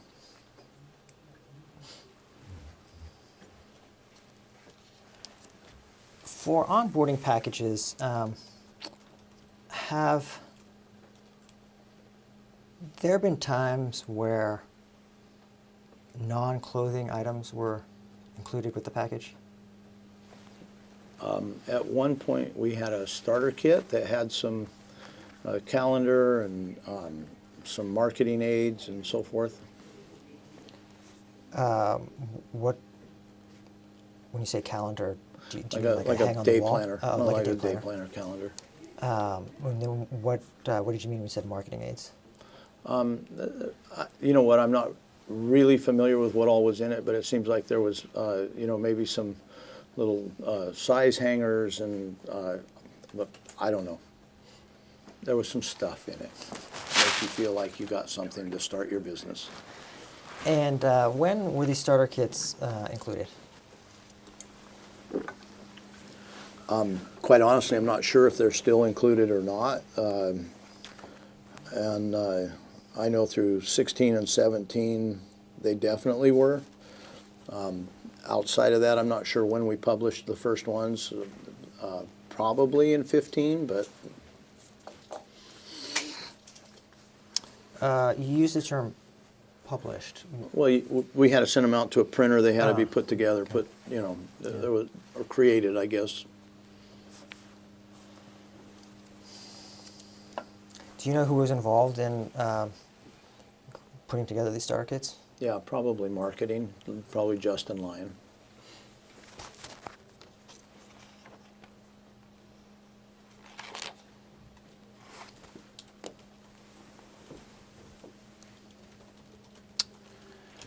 So I'm going to test your memory a little bit more. So bear with me. In the early years, 2014, 2015, on average, how many IFRs were onboarded, either monthly or yearly? So from the day we started the business, we averaged 25% growth month over month. And so when you talk about a year time frame, it's wildly different.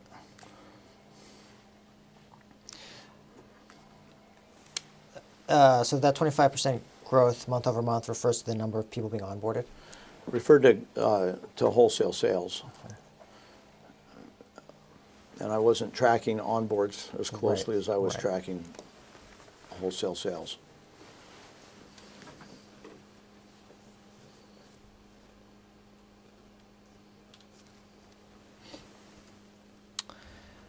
At the height of the Q Club,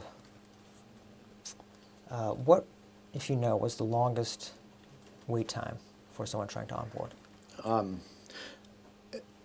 And by the way, I never referred to it as the Q Club. That was something that the IFRs Okay. began to Or the refer to Q. it as, and those that were in it. I believe we were probably at least 6 weeks, possibly longer, but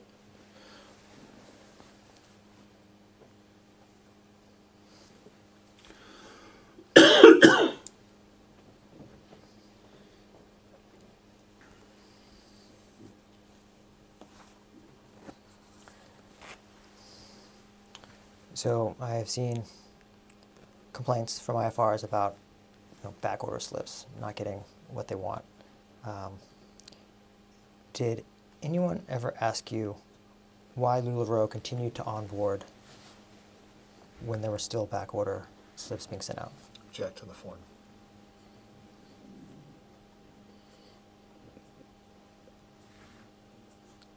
did anyone ask me? Not that I recall.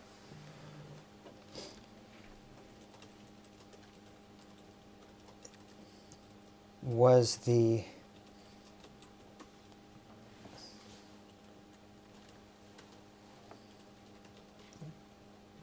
did you ever slow down the number of people you were onboarding because of the number of back order slips that were going out? Not specifically back order slips, but yes, relative to fulfillment, that was one of the considerations. Okay. So it's fair to say that at some point someone was concerned about LuLaRoe's ability to fully complete orders. I believe that someone was me. And when was this? When were you concerned about this? Again, I think I already said that we're talking about late in 15, most likely. Or, I'm sorry, late in 16. Or you know what? Stop. I don't know. It was a while ago. I understand.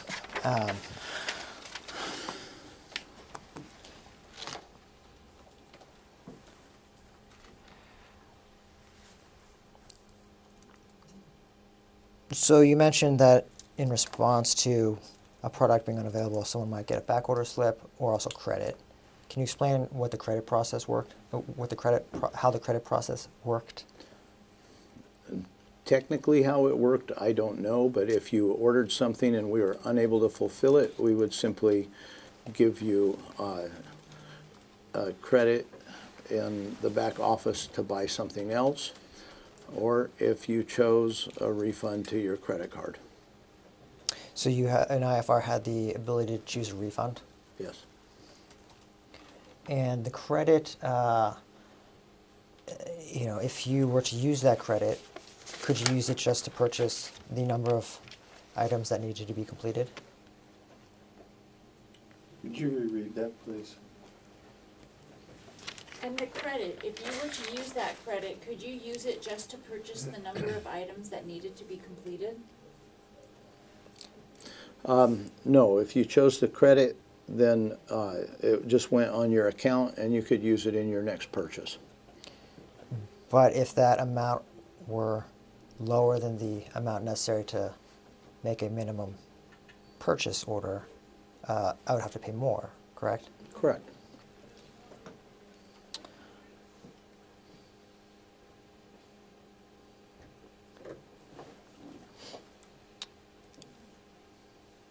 So I believe you mentioned that the starter kit and the marketing material, the best person to talk to would be Justin Lyon. Yes. If I recall correctly, he's no longer employed by LuLaRoe, is that right? No, he's still Oh, there. he's still, okay. And he is one of the people that reports directly to you? No, Okay, who does he report to? he reports to Lauren Simpson. Oh, right. Before Lawrence Simpson, who did he report to? Before that, he reported to me, Okay. or Deanne. And so any of the marketing material he put together, he'd have to run by you or Deanne, is that right? Yes.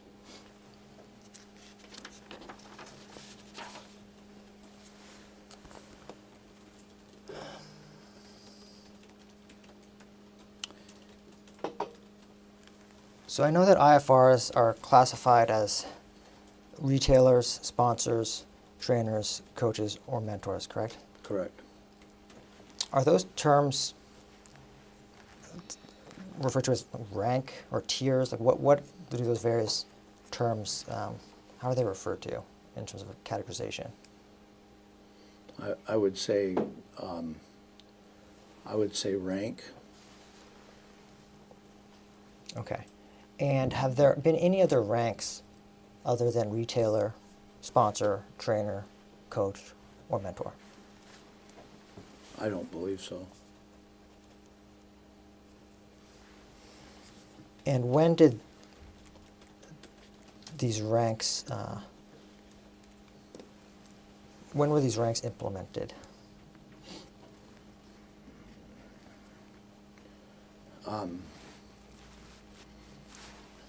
Probably early 2014. Whose idea was it to have these ranks? Mine.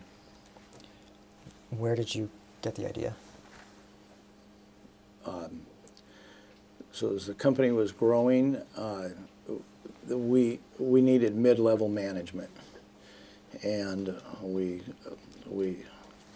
discussed options of what that might look like.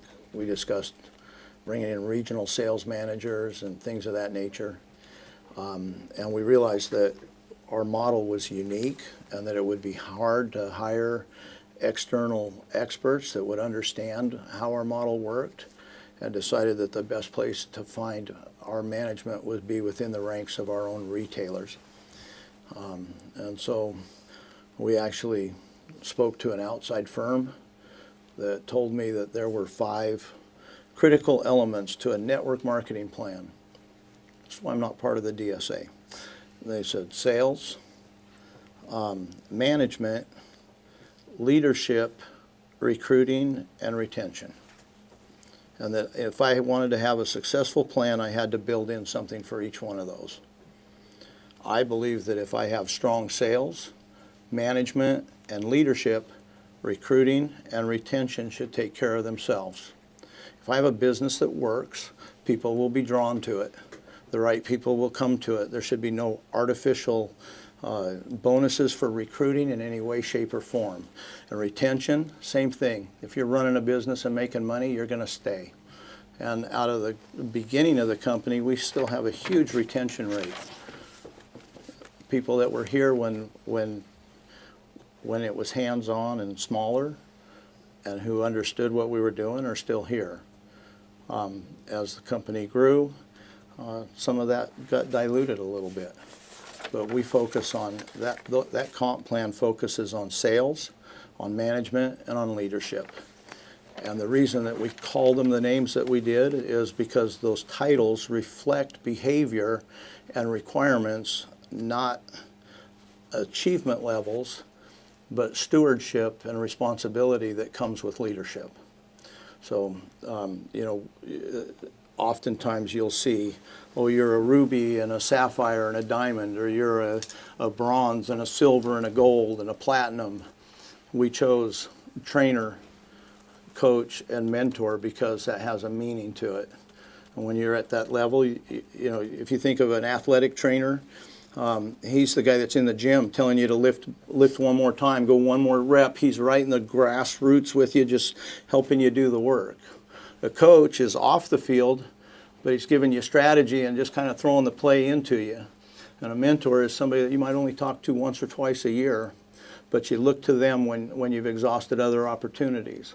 And so that's where that structure came from. And before I lose my train of thought, you mentioned a consultant prior to the 5 factors. Was that Service Quest? Service Quest brought another consultant to us, and I don't remember who they were. Got it. Okay. And so within these ranks, is there further differentiation, like a numerical rank that's a little bit more granular? No. Okay. What does it mean if a mentor or a coach has a paid rank? I've seen references to paid rank and high rank. So when they achieve that rank, they get the title. They get to call themselves that, but our compensation plan runs every month based on performance that specific month. So if you're qualified as a mentor that month, you get paid as a mentor. If you qualify as a coach, you get paid as a coach. So your paid rank would be different maybe than your titled rank. So I have mentors who achieved that rank but don't achieve it every month, and so, or coaches that have achieved that rank and don't achieve it every month. So if I've ever been a mentor, I can call myself a mentor, but if I happen to have a slow month or something, Yeah. I might not be paid as a mentor. Yeah, and you still get invited to leadership meetings and things of that nature, but you're just not going to get paid at that rank, I should say. You will get paid, probably.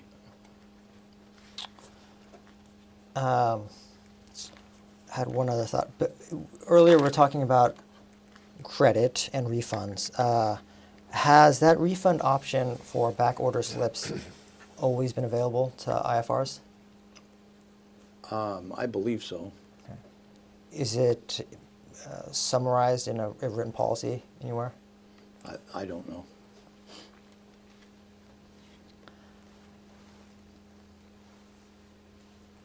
Can you explain the term downline? Yeah.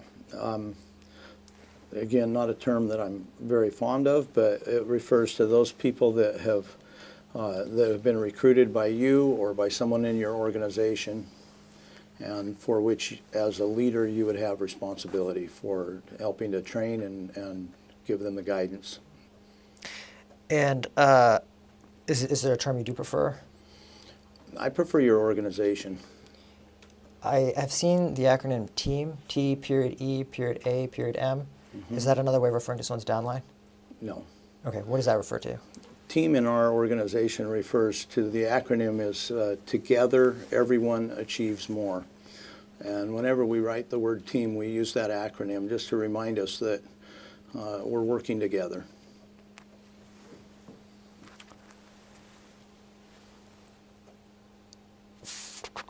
So, if I'm a retailer, I have someone who sponsored me and brought me in, what happens if my sponsor leaves? If you need help, there's whoever sponsored your sponsor is there for you. There's a, if you can imagine a genealogy tree, and so there's always someone above that has that responsibility. So am I then automatically slotted into my sponsor's sponsor? Do I have any choice into who my sponsor could be?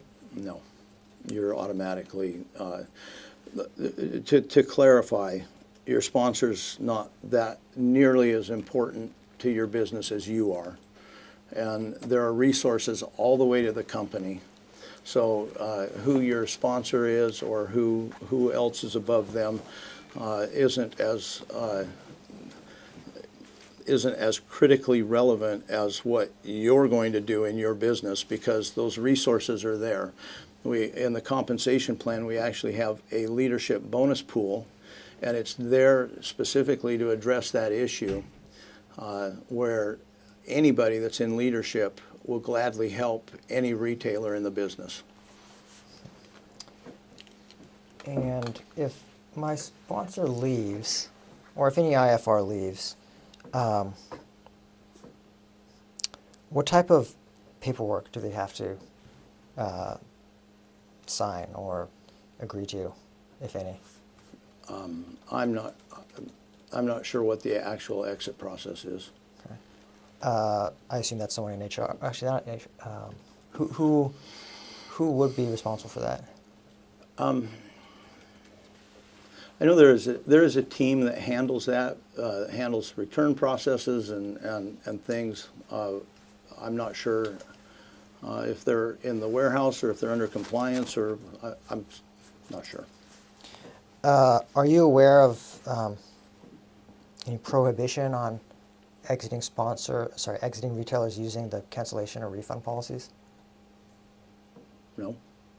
So if an IFR leaves or stops being an IFR, they can still submit a qualifying products to return Yes. and damaged products to return? Yes. Has that always been the case? Yes.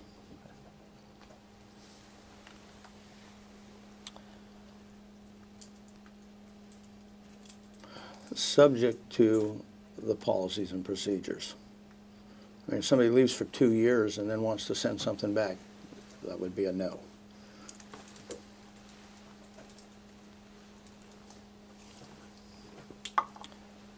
We'll talk in more detail about bonuses later. I had a question about how departing leaders impacts bonuses. As a whole, Thank you. if a leader leaves, does the amount LuLaRoe pays out in bonuses collectively change? No. Okay. Maybe. Okay. But it can change in two directions. It's not relative to we pay less. Okay. But when somebody's removed from the team tree, it changes qualifications, and all kinds of things can be affected by that. And the total amount LuLaRoe pays out in bonuses for that month, it could go up or it could go down. Correct. So it's about 12:20. How are you doing? I'm fine. Okay. You wanna, Maybe we head for 12:30 and then take lunch? Sure. I'm almost at a good stopping point, so that makes sense. let's do that. PM. I'll take it off this time.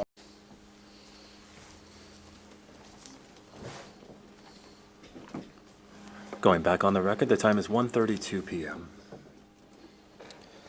Welcome back, Mr. Stidham. I'd like to start the afternoon by talking a little bit about the President's Council. What is the President's Council? As relates to LuLaRoe, at one point in time, there was a group of people who represented the IFRs. They were kind of our liaison with the field. And it's my understanding that these were higher level folks in the Yes. IFR ranks. Were they all mentors? I don't know. Okay. When was the President's Council in existence? Again, not sure. It was for a period of time. Don't remember if it was for 2 years or 3 different years. But it's no longer in place now. No. And how big was it? I believe there were maybe 8 to 10 people on the council. And you describe their role as a liaison for the IFRs interacting with folks at LuLaRoe? Mm-hmm. Who Yes. at LuLaRoe did they interact with? Mostly with sales and marketing departments. Did they receive any compensation or benefit from being a part of the President's Council? Which one? Any of the members of the President's Council? No. Compensation or benefit? Let's start with compensation, No. and then benefits. Benefits, they were allowed to go on some trips that were kind of combination of a trip to a nice destination to have a council meeting. Where were some of these trips to? Las Vegas, I specifically remember, Salt Lake City. Did they meet outside of these sort of in-person trips? I don't know.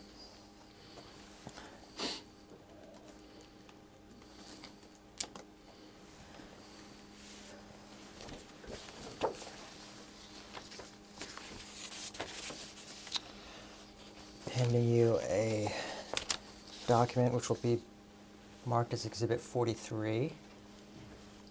Oh, thank you.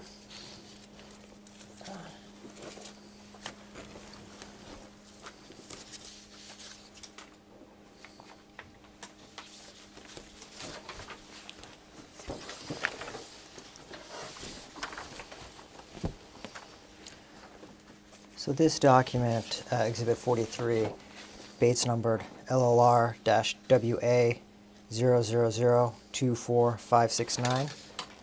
It's titled LuLaRoe President's Council Web Meeting, September 4th, 2014.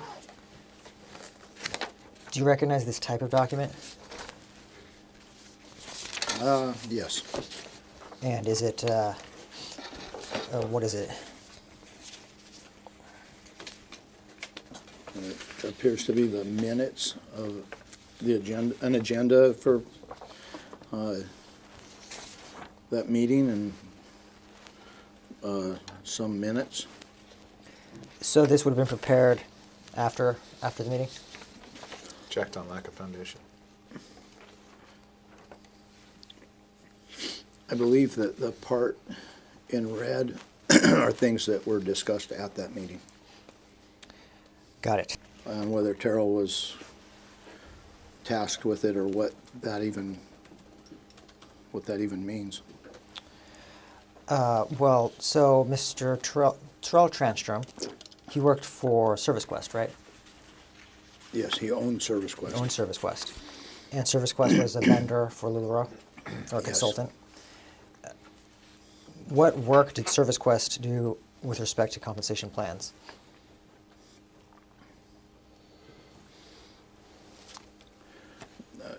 Again, I could not identify specifics.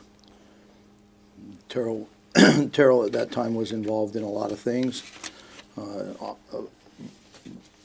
mostly as a sounding board and giving, again, as an external consultant, giving opinions. So I'm not sure what specific things he may have done there. And if you turn to the front page, it indicates that this was a web meeting at the very top. Okay. In addition to the types of trips to Vegas, Salt Lake City, did the President's Council meet via web conference?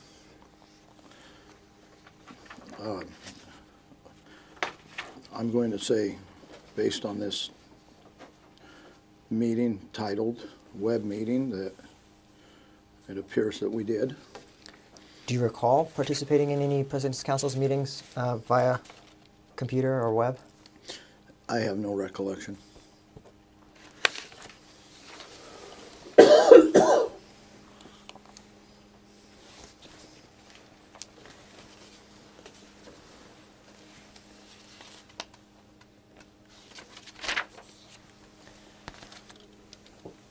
Are there other councils like the President's Council? Or have there been other councils like the President's Council? Check the form. There was a same council, the same set up with the same purposes that at one point was referred to as the Ambassador Council, but it's just a difference in name. So originally the President's Council was called the Ambassador's Council. Is that fair? Either originally it was called Presidents and then called Ambassador, or originally Ambassador and then Presidents. I'm not sure of when and where. And when you said the President's Council was in existence for a few years, would that have included the time that it was called the Ambassador's Council? Yes. Is there something called the Art Council, or a council that deals with artwork? No, Has there ever been? not to my knowledge. Has there ever been a group of IFRs that advise as to artwork or design?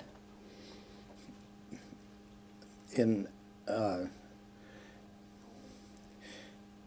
advisory, informal capacity, yes. And when was that? I don't know. Throughout time, as we created artwork, we got feedback from IFRs on what they liked, what they didn't like, what they thought we should do more of. So yes, there has been, but not as, again, not as a council. Okay. So there's no group that's No. presented to you, it's just informally what do whoever IFR you happen to be interacting with, what they think of particular art. Yes.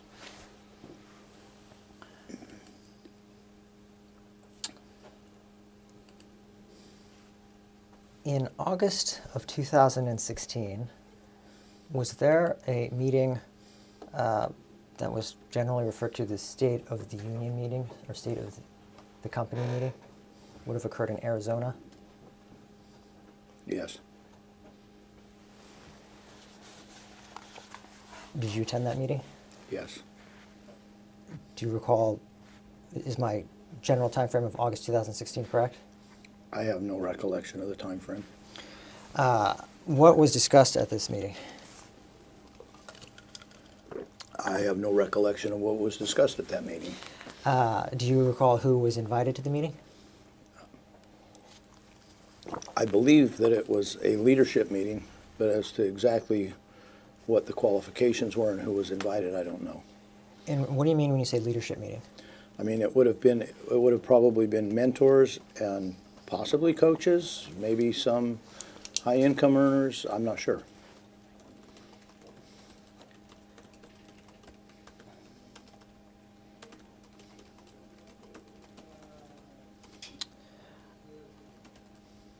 Do you recall presenting or speaking to the attendees of that meeting?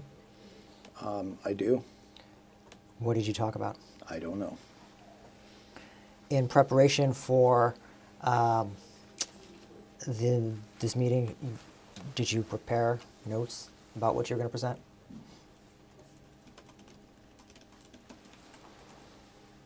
I don't have a specific recollection. Did you have a PowerPoint with you when you presented to the I group? don't recall. So earlier we talked about how you would analyze data or trends. Do you recall discussing at this meeting any concerns regarding the consignment plan or the numbers relating to consignment sales? I don't recall. Who decided to hold the meeting? Again, I don't recall. I've had hundreds of meetings in the last 6 years around LuLaRoe, so I don't recall. So would this State of Union, the union meeting, would that be a recurring meeting, frequent meeting? I don't believe so. So was it a one-time meeting, you think? Again, I don't recall. We may have had other meetings that were referred to in that way, but I don't recall. And did LuLaRoe pay for the mentors, coaches, and other high earners to attend this meeting? I have no idea. Who, other than yourself and Deanne, had the authority to call a meeting involving mentors and coaches? Check to the form. Ultimately, to actually call the meeting would be either Deanne or I.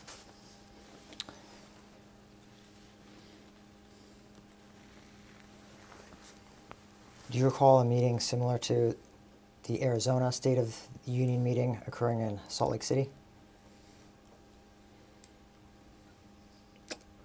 I do not. A moment ago, you described the numerous meetings that, in your role as CEO, you have to attend. How many of those require travel? How often do you travel to meetings for work? Often. So how many times, say within the past year, have you left California for a LuLaRoe-related meeting?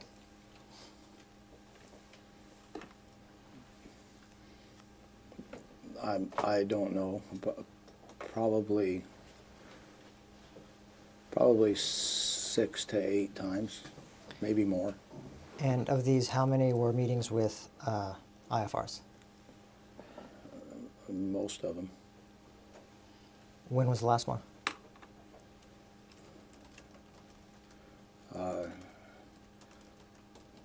2 weeks ago, Who did you meet with? IFRs, Which ones? the ones that came to the meeting. It was What- an open meeting Oh, to an open meeting? IFRs. And where was it? It was in South Carolina. What was the agenda for this meeting? I don't know.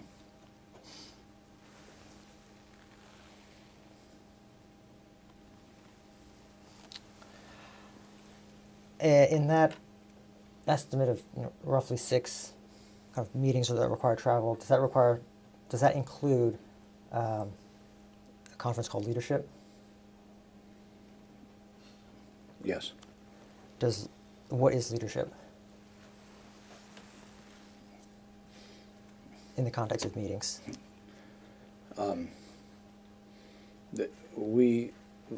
It's a regularly occurring training where, again, people that have achieved a rank of leadership are invited to attend, where we talk about leadership principles and specific education opportunities. We talk about motivation, and we talk about leadership principles, their responsibilities to their teams, and basically it's a educational opportunity for them to come and get more information about how to run their business and exercise their stewardship over their organizations. And you said it occurs regularly. Does it occur every year? It occurs 3 times a year, and then an annual convention once a year. So every quarter we have a major meeting. I got it. So if, for example, I were watching a video entitled Leadership 2017, that could have been any of the 4 meetings in 2017? That's correct. What about the cruise? The cruise occurs once a year, correct? Yes. Does it occur in a set month? Not always. Okay. Does it generally occur in a particular quarter of the year? Generally, generally first quarter. I believe this year it's going first month of the second quarter, April. And do you speak at the cruise or Yes. on the cruise? Yes.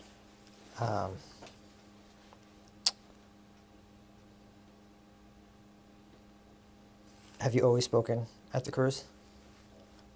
Yes. Do you always speak at leadership? Yes.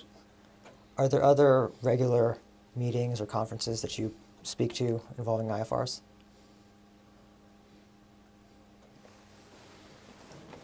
There are regularly scheduled meetings that I occasionally speak to, but those are the ones that I'm scheduled, that I know I will be speaking at.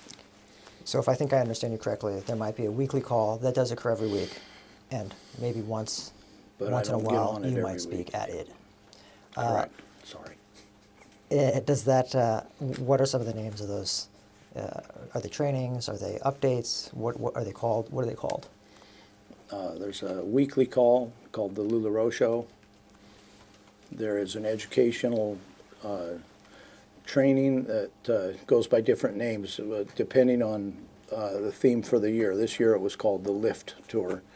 And so in addition to the leadership trainings, those are available to all of the IFRs, and they're held in different geographic locations. Sorry, did you say the Lift Tour happens once a year? No, it is ongoing. I think this year they probably had 16, 18 different dates. Oh, I got it. It's a tour that occurs in multiple locations. Yeah, And is the material the same at each location? I don't know. And the LuLaRoe Show, the weekly LuLaRoe Show, has it occurred weekly since 2014? Honestly, I don't know when it started as a weekly occurrence. And was it called anything else prior? Probably the home office update, the home office call, I don't know, and maybe more. Those are 2 that come to mind.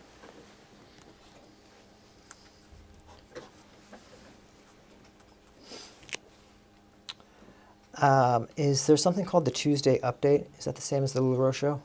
I would guess that that would be the LuLaRoe Show. And have you spoken on the Tuesday Update? Yes.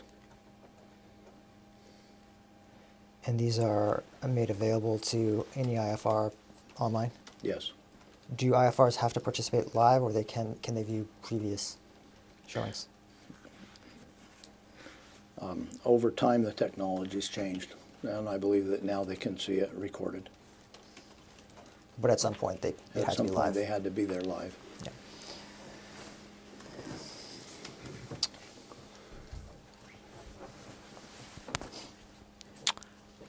Earlier, we talked about the idea of MLMs, and you don't believe that LuLaRoe is an MLM.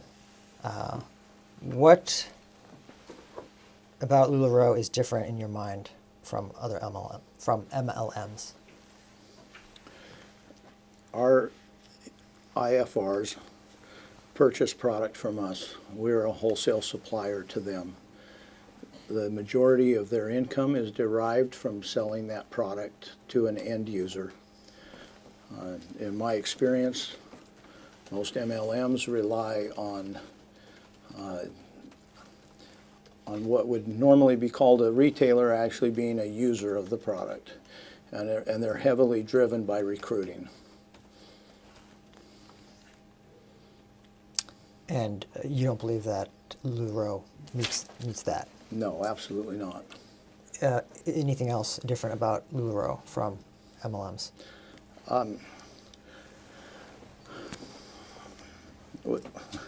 Without disparaging the MLM industry, there's Confidential, label confidential, it's okay. no, there's a lot wrong with some traditional MLMs, and it was never our intent to participate in a plan that drove money back to the corporation without regard to the profitability at the IFR level. We're here to drive profitability for IFRs. Our business model is profitability for an IFR. That's what keeps us in business. If they don't sell product to an end user, they're not going to buy product from me. And there's certainly it was never intended as that kind of self-perpetuating program where you're just continually looking for new people in the program. It started without a compensation plan, period. It started when Deanne could no longer keep up with the demand to sell skirts, and so we're having a conversation one night and said, I wonder if there's other women who would like the opportunity to make the money you've been making. And she had a hostess that had held a party for her that asked if she could have, actually she called her and said, hey, can you come back to my house? I've got other customers showed up.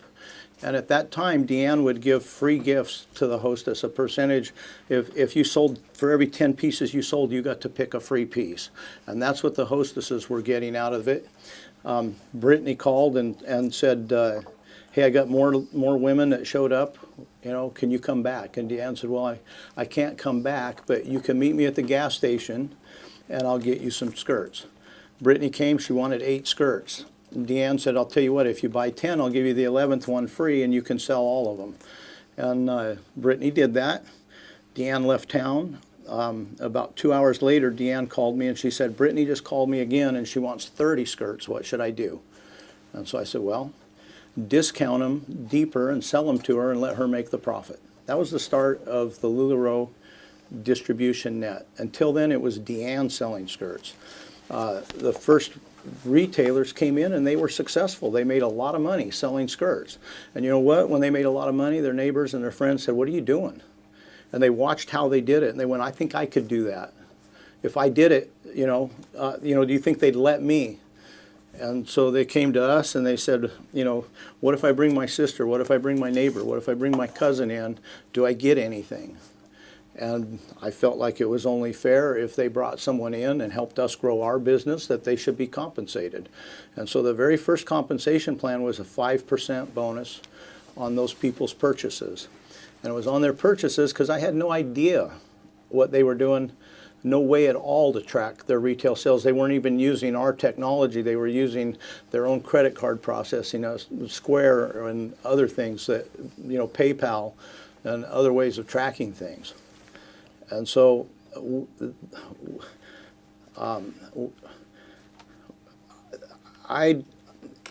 in my experience with MLM over the years, found that very often the story that was being told didn't disclose all of the information. So they would tell you this is how it works, but they didn't tell you about added costs and hidden things and some of those things. We set up from the very beginning to be very, very transparent. We include free shipping. Why? Because if I tell you this skirt costs $20 and you sell it for $40, I want you to be able to pay $20 and sell it for $40.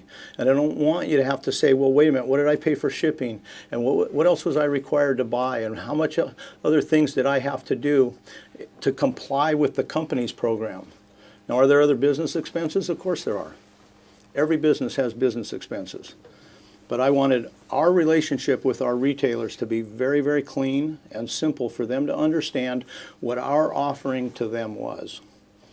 And I don't like MLM in general. And in fact, we internally say we are an MLM company, mid-level management. That's what I pay the people that are in the compensation plan are being paid to perform a function that I would have to pay someone if they didn't do it. Just to follow up on a few of the ideas that you touched on. You talked about the majority of IFR income being driven by retail sales. How do you know that? Because because fewer than 20% of the retailers have ever participated in the compensation plan. I also know that I know it anecdotally from asking people. I know it by looking at wholesale numbers versus retail numbers now that we can actually track them and know what we paid out in compensation. And I know that the majority of the money, by far, by a factor of 3 to 4 times, is made by people who sell product at retail. And you mentioned, of course, there are other business expenses. What are some of the other business expenses that IFRs have? You'd have to talk to each one of them. It depends on their path to market. What are some of the ones that you've heard of from them? If you're doing online sales, you could participate in an AdWord program. You would have an Sorry, did you say AdWord? AdWord program, yes. You might have an expense with that. If you're traveling, you might have some vehicle expenses. If you have space in your home, you might choose to identify that as a rental expense. Any others that you can think of? I'm sure there's thousands more. Those are the ones that come to my mind right now. Are there expenses incurred by them in attending any of these conferences? I'm sorry, say that again? Do IFRs incur expenses to attend LuLaRoe conferences? Yes. Subject on form. Do they pay LuLaRoe to attend the conferences? I'm sorry, again? Do they pay LuLaRoe to attend the conferences? Yes. Do they pay related to the cruise, to attend the cruise? They do not pay for the cruise. They may have travel expenses associated with coming to the cruise.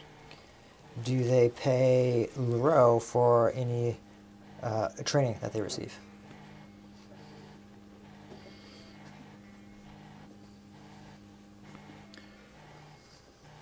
Specifically for training, no.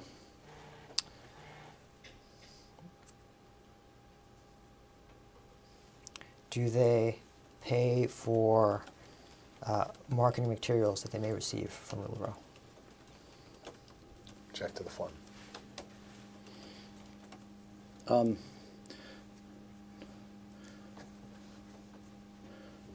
Not that I'm aware of. Does LuLaRoe sell IFRs any business supplies?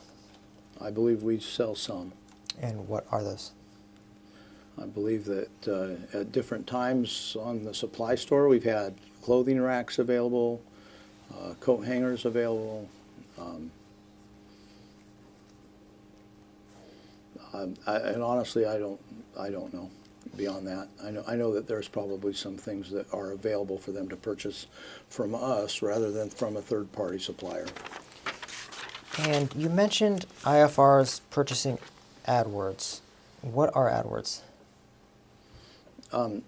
If you're marketing and if you're trying to drive people to your location online, many of the platforms have an opportunity to buy ads for people that search for certain terms. And beyond that, you're way out of my depth. I don't do AdWords. I'm just aware of them. Does LuLaRoe purchase AdWords? No.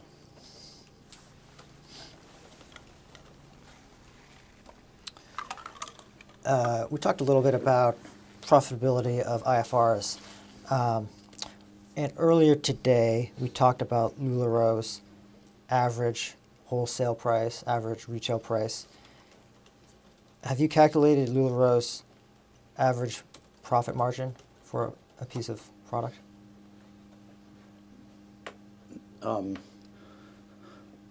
For a piece of product, yes, there is a margin. That does not mean it's a profit margin. And any other marketing of LuLaRoe product you can think of? Not off my top of my head. Circling back to talk about each one of those, you mentioned marketing assets available to IFRs. What sort of marketing assets are available to IFRs? Again, I followed that up with online photographs of the clothing, Okay. Descriptions of the clothing, and again, it's not a description as in this is a blouse. It's this is a blouse made of this product that could be worn for these kind of occasions, and I mean it's more of advertised type copy that they can use to present it to the public. And I assume, but correct me if I'm wrong, that this is only available to IFRs. Is that right? It's not. I Yeah. can't find it publicly. No, it's available to IFRs. And where is it stored? Is there a repository? Is there a name for where this stuff is stored? Yeah, I don't know the name for it. I don't know how exactly they do that. Next, you mentioned management of social media.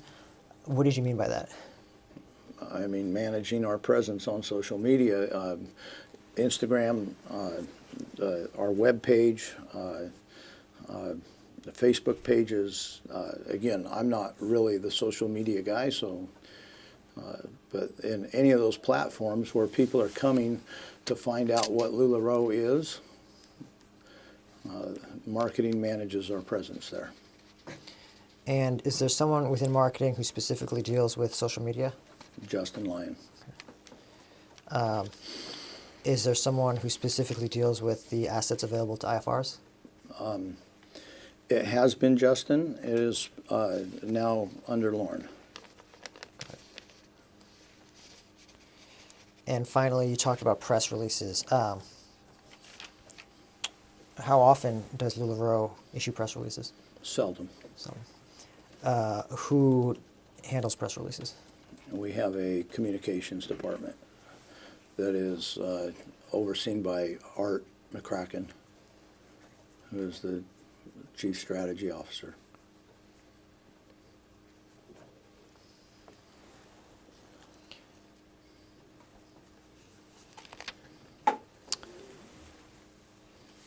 Does anyone in communications or no, withdrawn? Does anyone at LuLaRoe deal with marketing potential IFRs? Object to the form.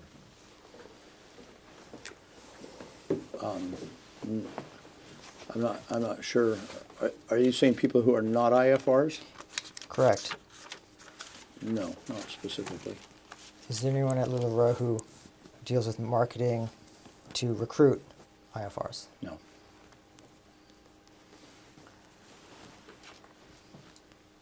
Now, you talked about marketing assets available to IFRs who then could use that to market to end consumers. Does LuLaRoe do any direct-to-consumer marketing? We do very little because there's not a clear pathway from that marketing to a purchase, and our marketing relies on really relies on relationships. Our retailers are selling mostly to people that they can see, that they can talk to, that they can discern what their needs are and create a relationship. And it sounds like Mr. Lyon, Justin Lyon, Lauren, and Art deal a lot with marketing. Has LuLaRoe Started because my daughter wore it and her friends would go, "Oh my gosh, you look so great."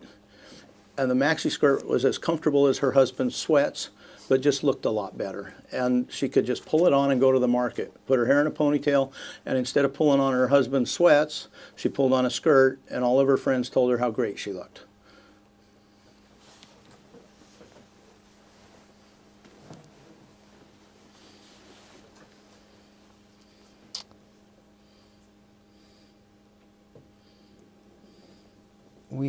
Earlier we talked a little bit about IFRs and profits that they've made.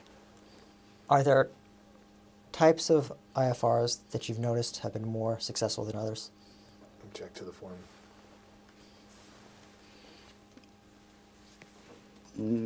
When you say types, no.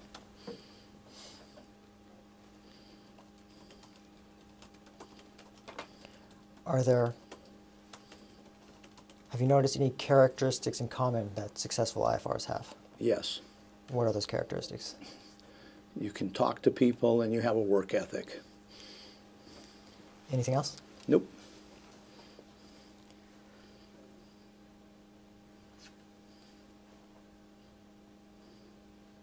You noted that internally at LuLaRoe you like to call yourself an MLM, but for mid-level marketing, or sorry, mid-level management. Have you ever thought about cutting out the mid-level and selling directly to consumers? No.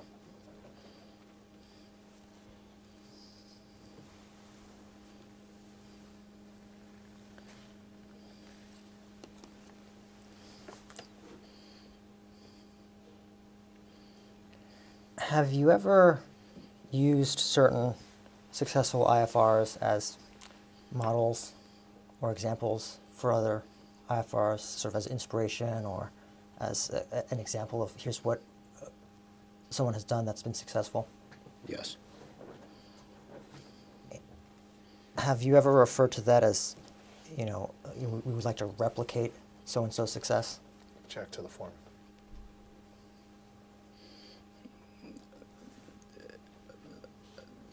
The specific term replicate, I don't know, but yes, obviously we've shown people who are successful as a possibility of what could be done.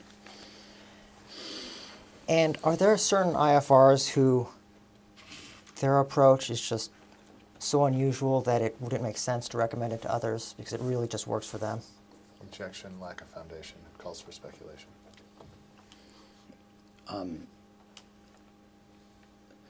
There are so many pathways to success that I would never second guess anyone. There are people who have surprised me both ways. There are people who I thought would be successful who aren't. There are people who I thought wouldn't that are. And each one of them has components in their success or their personality that could reach other people. And I would never think to try and pigeonhole what success looks like at LuLaRoe. Who have been some of the biggest surprises? I'm not going to say that. That's fair.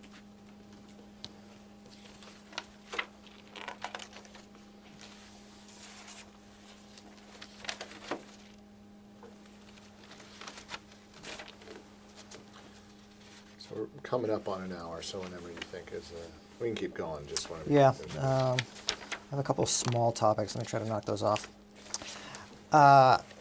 So I know LuLaRoe has policies and procedures.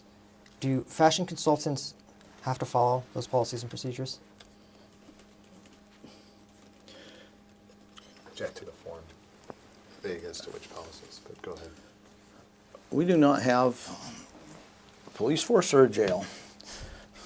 Do we encourage them strongly to follow policies and procedures? Yes. Are there consequences to egregious violations of policies and procedures? Yes. But do they have to? No, they're free. There's consequences if they choose poorly.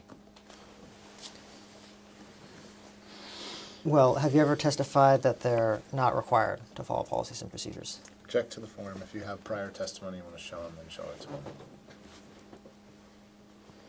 to them. And the answer is yes. And you've also testified that at times policies and procedures are just guidelines, correct? Same objection, you're summarizing. Go ahead. We have at times waived compliance with specific policies and procedures because of various reasons. And so there have been times when policies and procedures have been waived or overridden or not strictly enforced.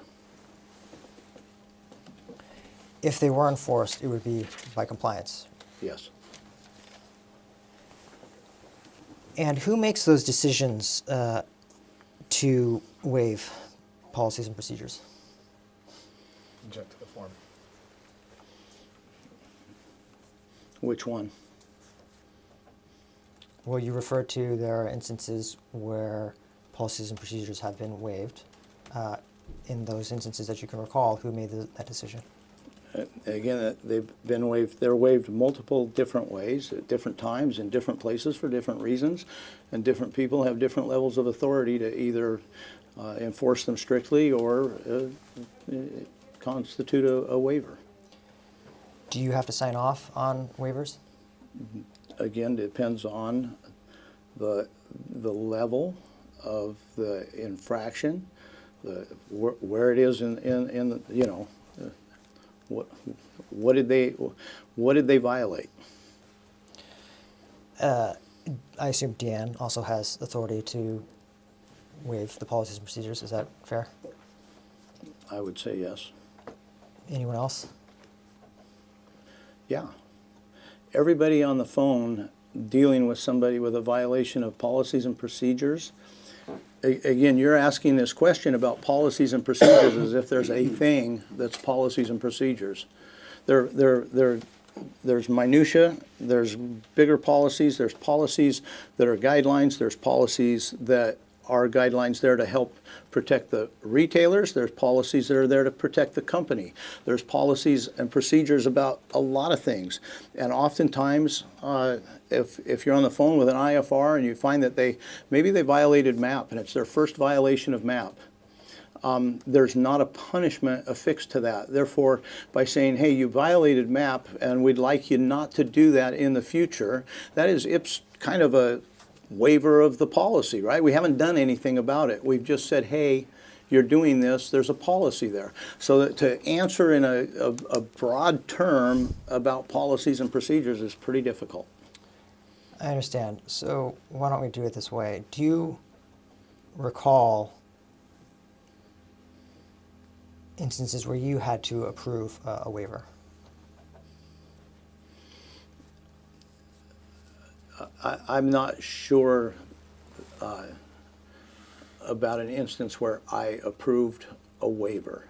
There are instances where I instigated waivers, and there probably are instances where I approved waivers, but I don't have a specific recollection. You don't have a specific recollection either of instigating or approving, or just approving? I don't have specific recollections right now of either of them.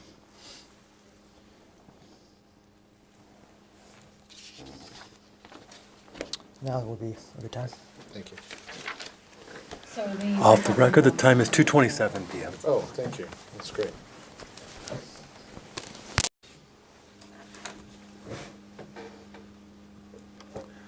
Going back on the record, the time is 2:42 p.m.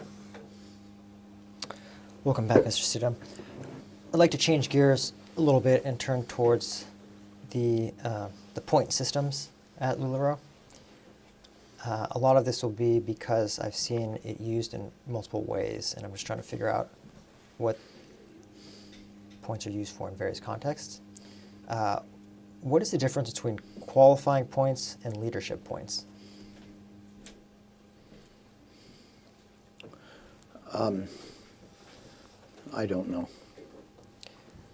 What are leadership points?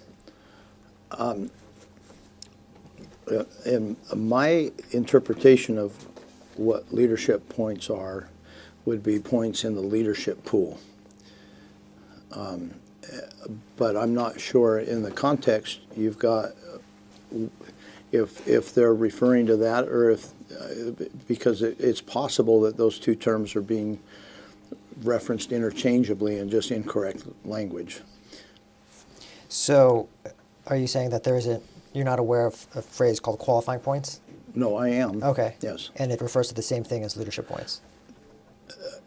Again, points in the leadership pool is different. They're not really referred to as leadership points, and that's why I'm confused as to whether or not somebody is misusing leadership points to refer to their qualification, or because we don't really have a leadership points that, unless somebody's using a shorthand vernacular for that. Okay, so there are points in the leadership pool. Are there other points or point systems used at LuLaRoe?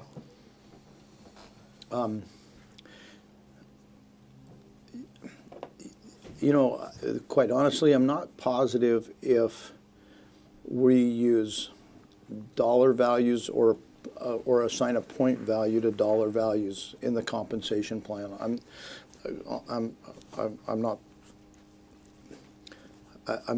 not sure which way that works.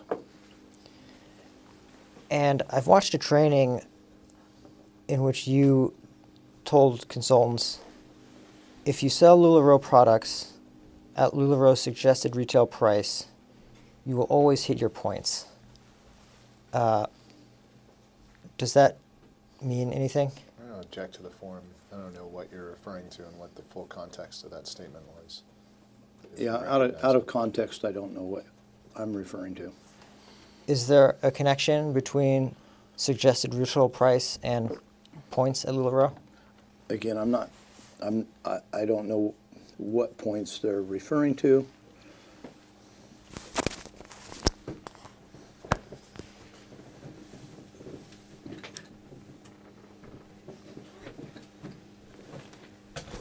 Oh, excuse me.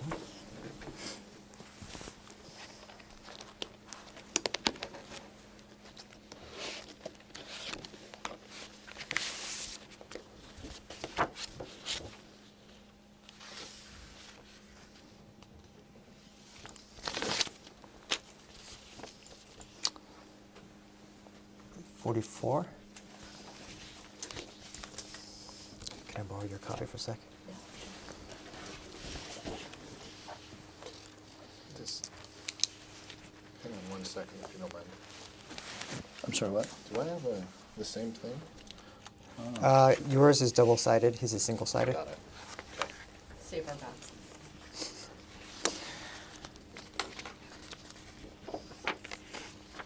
So this is, Exhibit 44 is a captioning provided for a LuLaRoe coach's call. It's bait stamped LLR-WA 00006742. And were you aware that the coach's calls were being transcribed or captioned? Yes. Why does LuLaRoe caption the coach's calls? We have hearing impaired retailers. And actually, to be precise, they prefer to be called deaf. So we have deaf retailers. And if you turn to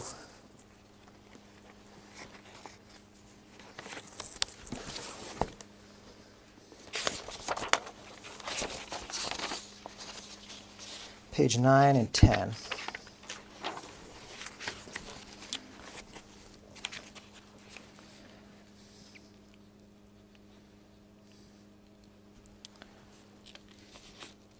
I believe this is where you're speaking on the coach's call.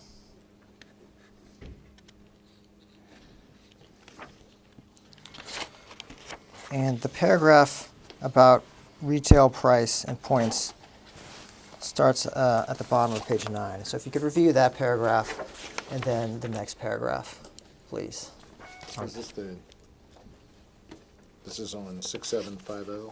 Correct, 6750 to 6751. And your representation is you think this is Mark, even when the lead-in is N Mark, we do have DN on, she is on right now, and then the next person speaks? Yes, I do believe that Mark is speaking.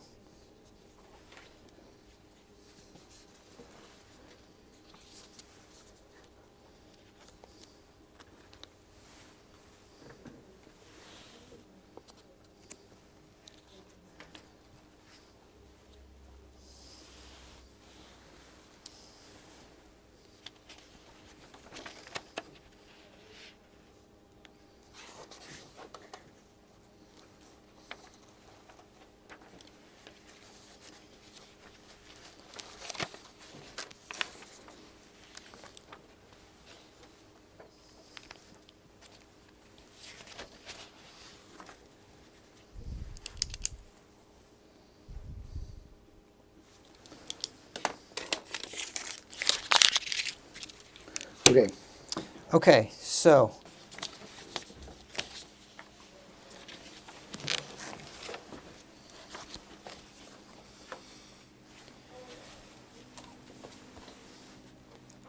has LuLaRoe done any surveys involving its IFRs? Check to the form. yes, When? always.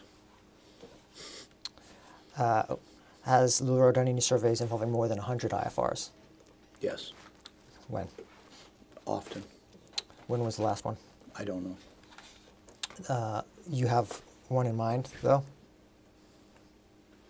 Not really. We have a continual program of reaching out with information, what is going on, what, you know, when we have internal questions about what's happening in the field, we will start with asking some people that we may have in mind, but most often we end up putting out surveys, finding out what's going on out there, guys. It's how we take the temperature of the field.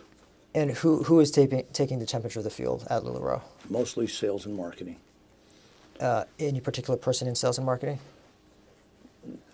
No, I'm not sure how they're physically administered, but anybody in sales and marketing wanting to understand what's going on can generate a questionnaire. And how would that questionnaire be sent to IFRs? Again, I'm not sure. Has LuLaRoe commissioned any surveys to be done by third parties? I'm sorry, I did not hear. Has LuLaRoe commissioned any third parties to survey IFRs? Yes, When?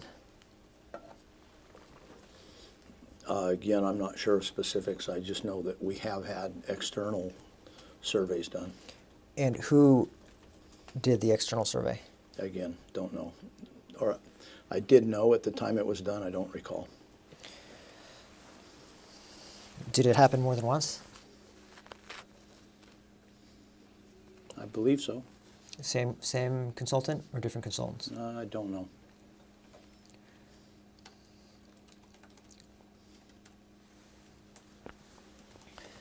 Has LuLaRoe ever done surveys about how much time IFRs are working trying to sell LuLaRoe product? Formal surveys, possibly. Informal, continually. Informally, would that involve questionnaires? I do not have a recollection of a questionnaire around that, but that doesn't mean it hasn't been done.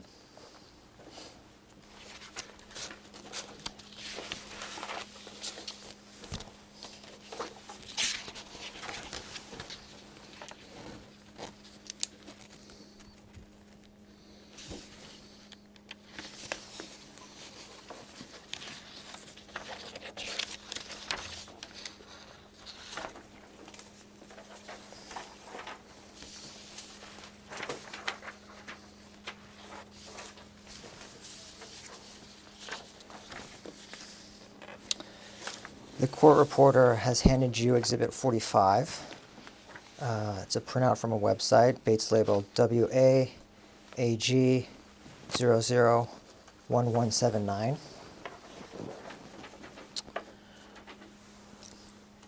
Do you recognize this? Check to the form. Yes. What is it? It is apparent screen capture of a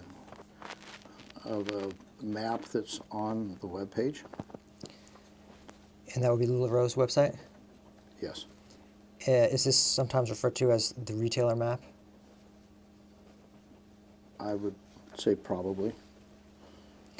And when did LuLaRoe's website first include this map? I have no idea. Which department would this fall under?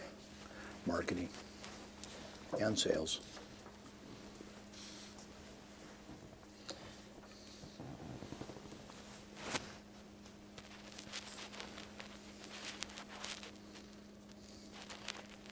And if you look under the pink banner with the words "Find a retailer near you," it states, "Whether you're looking to join the movement at LuLaRoe or wanting to host a pop-up boutique, this is a great place to start. Just use the map to locate an independent retailer near you." When did the map display those phrases? Object on the foundation, if you know. No idea.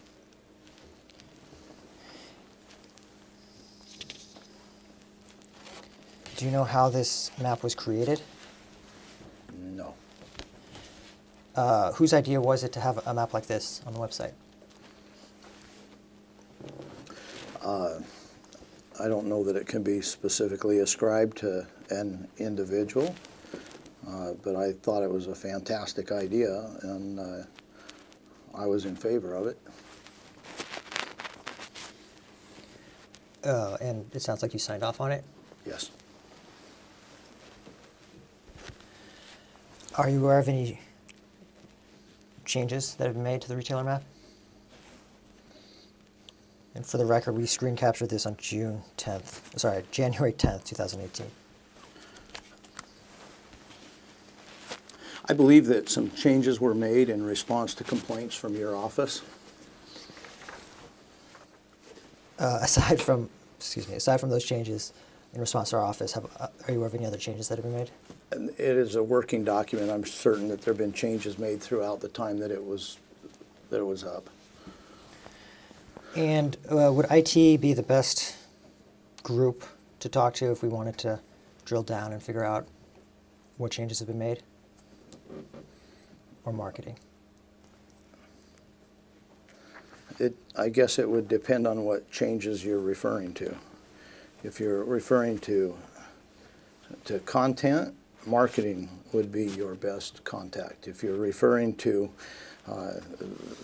how it's arranged, how it shows up inside the web page, how it where the data for the map comes from, that would be IT. Got it. And when it says join the movement, does that refer to becoming an IFR? Not necessarily. What might it also mean? What it would mean is that part of our branding was that we offered something more than just clothing, that we offered a community, that we offered clothing that was outside the norm. It was colorful, it was fun, it was different. People referred to themselves as Lula sisters. There was more there than just buying clothing.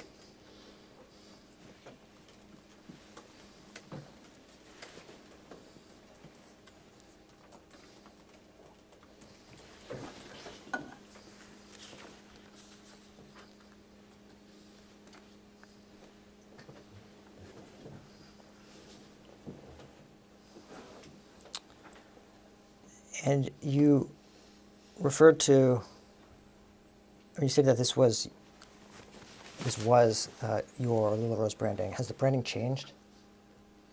I'm sorry. You were referring to you're referring to the fact that branding. You're referring to branding in the past tense, like this was our branding. Has the branding changed? Object to the point. Our branding hasn't changed, but of course, as in any campaign reaching out to the public, it has to be freshened, and you have to find new language and new ideas that appeal to a new audience. So yes, some of the phrasing and language changes, but the concept and the actual underlying brand has not changed.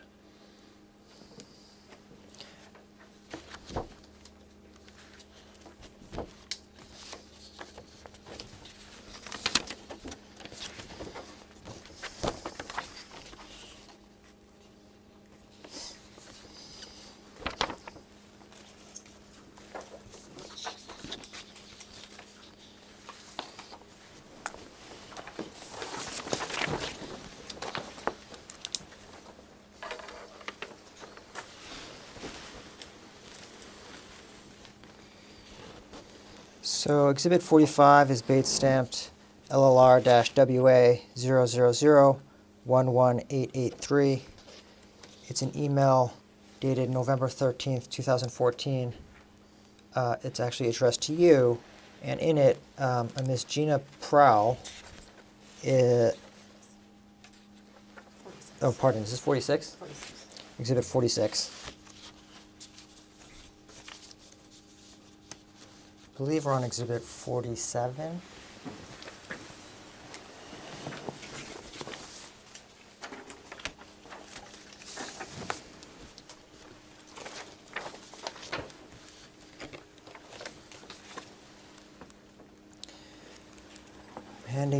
The court reporter has handed you exhibit 47.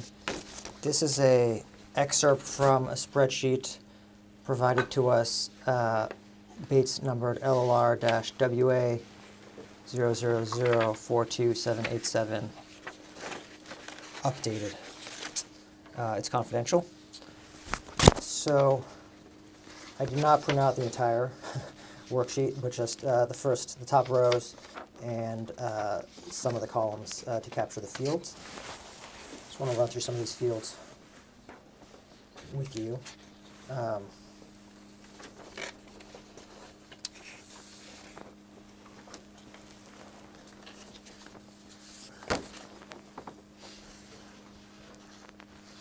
Have you seen this spreadsheet before? It was created for this litigation and provided to our office. I'm sorry, what? It was created by your counsel and in assistance with LuLaRoe and provided to our office.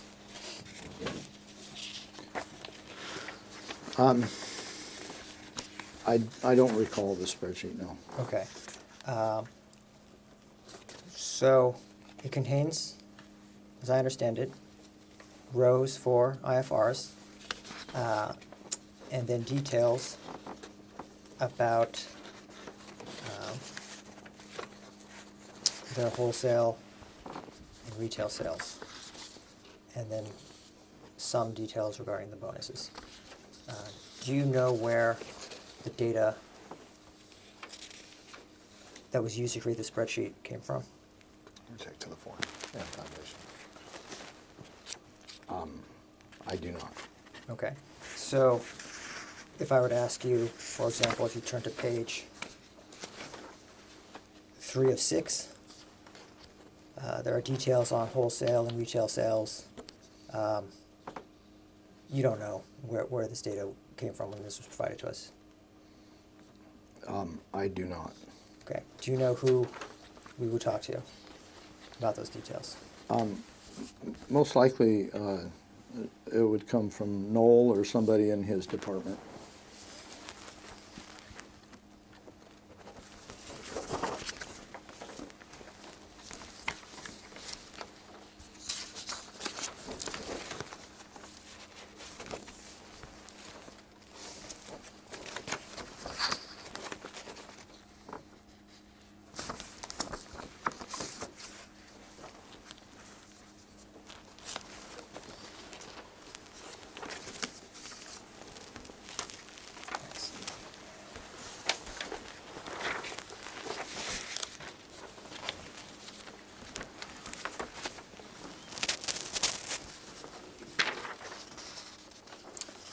So Exhibit 48 is similarly another spreadsheet created for this litigation and provided to us.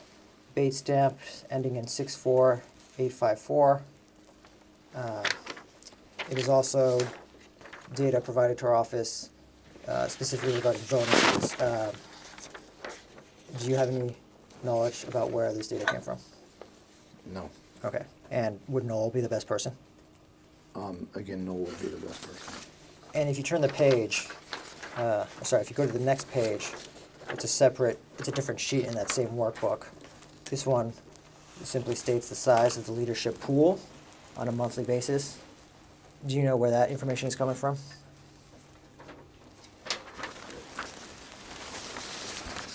No.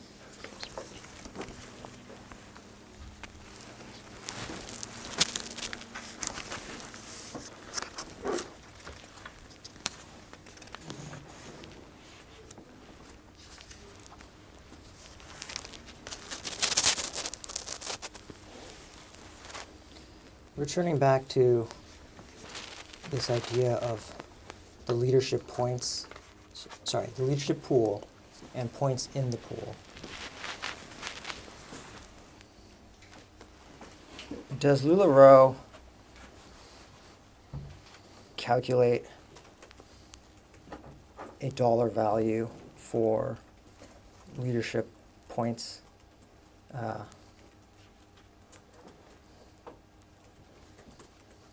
in a given month? The leadership pool and points are set by a formula, so they automatically calculate. Okay. And is that a metric you ever use or rely on or analyze? I'm sorry, I did not hear. Pardon me. Is that a metric or statistic that you ever use or rely on or analyze? I do not pay close attention to it. That's not the average over time. I really don't Okay. have a clue in Got average it. over time. So that's just one data point. At one point in time, that was the value. Over a period of time, those were the values. When the comp plan began, and at that point in time, Do you recall roughly what period of time it was within that range? no, I don't.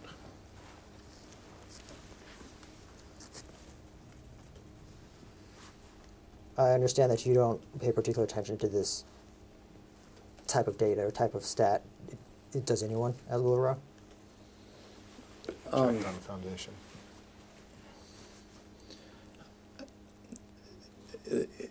In terms of using it as some kind of metric, no. In terms of calculating it to have it paid, the comp team would be aware of it.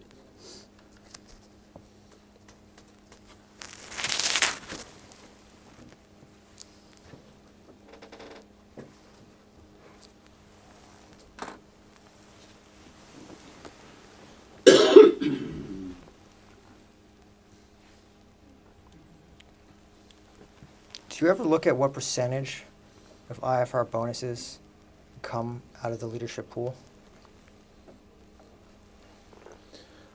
I believe that when they get their compensation check, it's identified, but no, I don't pay attention to it. Would the comp team, they'd be aware of it? Do they They'd be track aware it? of it, but they're not tracking it. It's not a significant statistic.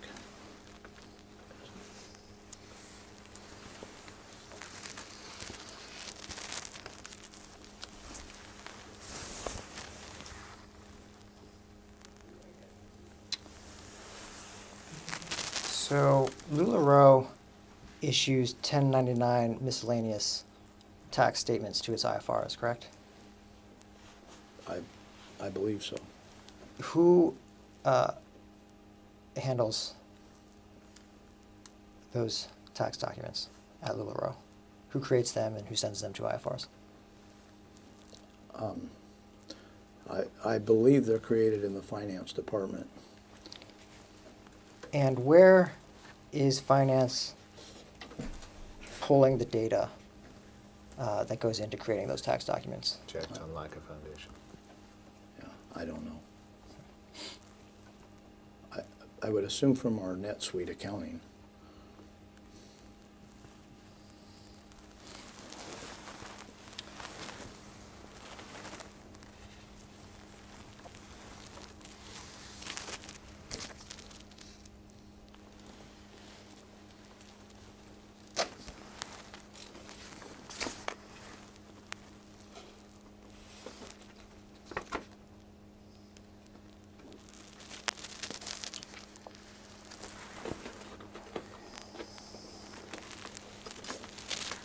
I'm going to do one more document, and then we'll take a quick break. What is an income disclosure statement? Check to the form.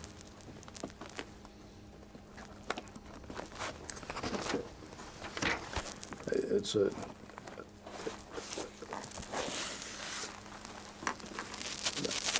I'm not sure, that's a broad question. Yeah, well, I'll just hand it to you, that'll be easier.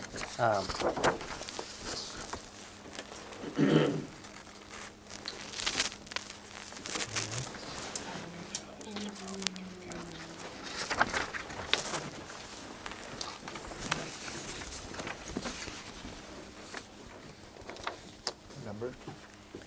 This is Exhibit 49, I believe. It's been bait stamped WAAG 001175. Do you recognize this, Mr. Stidham? Yes, And is it LuLaRoe's 2016 income disclosure statement? yes. And who prepared this? I don't know. Were these prepared in any other years other than 2016? Also don't know. Do you know where the data came from that was used to create this? Object to the form.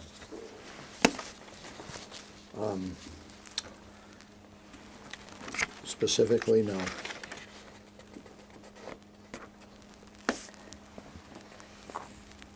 And do you know when, so this was, we pulled this from your website, from LuLaRoe's website. Do you know when it was available on LuLaRoe's website? No, I do not. Who would be the best person to answer all of these questions?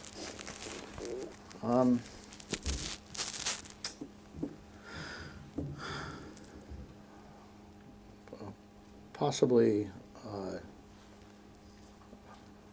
someone in marketing.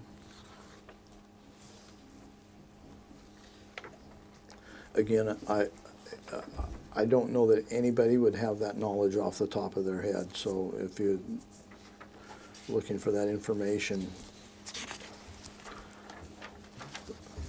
they would need to prepare.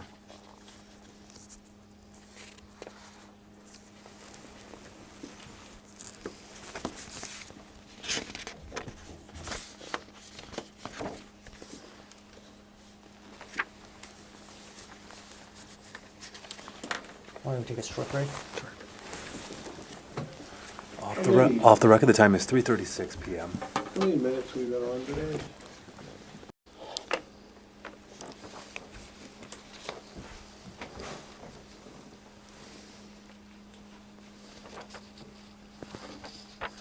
Going back on the record, the time is 3:49 p.m. Welcome back, Mr. Stidham. I'm handing you Exhibit 50. This is a screenshot of a video, of the first frame of a video we're going to be using momentarily. And it's a screen capture of a YouTube video that's publicly available. We will be dealing with the video in a moment, but first I wanted to ask some questions about some of the elements on this page. Do you see in the bottom right corner of the kind of video frame, it says Zoom? Yes. What is Zoom? It's a live video conferencing platform. And LuLaRoe has used it in the past to stream video conferences, is that right? Correct. And if you look maybe an inch below Deanne's right hand, there's a little square icon and it says Webinar, Webinars. Is that a LuLaRoe graphic? I don't know. And the title of the video, according to this webpage, is Tuesday 10 a.m. LuLaRoe Update Webinar 3.28.17. Earlier we talked about weekly calls. Was one of those weekly calls a LuLaRoe update call? Yes. Okay. And does LuLaRoe make those available online to IFRs? We do now. Again, I'm not sure that we always had the technology available to do that. And in fact, were those webinars available to anyone, not just IFRs? I'm not sure who they were available to. If you look about an inch below Zoom, it says 18,497 watching now. Does this indicate how many people watched the Zoom video? Objection, lack of foundation. I would assume that that's what that is. Okay. There's a screen in front of you, which we're going to use to play portions of this video.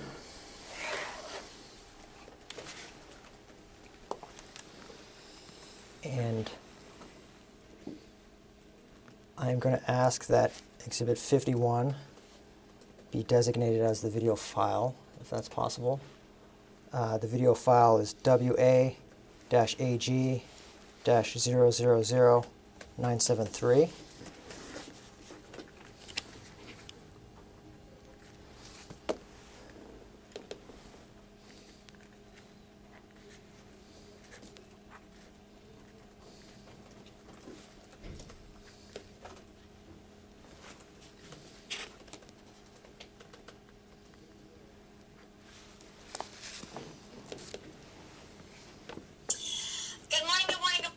Okay, so this is the screen capture.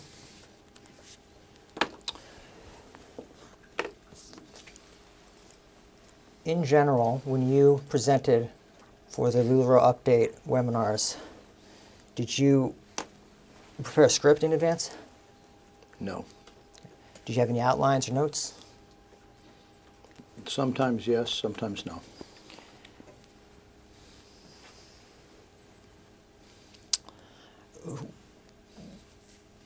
Would you generally prepare with anyone else before presenting on these weekly calls?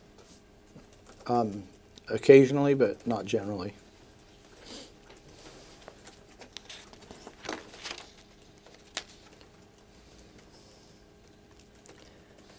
And just to confirm, for the record, in this video, that's you and Dan Stidham, correct? Correct. And based on the background that's behind you, can you tell where you are?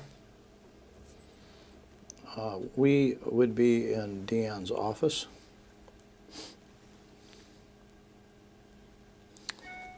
Okay, I am going to move the video to 10 minutes and 30 seconds.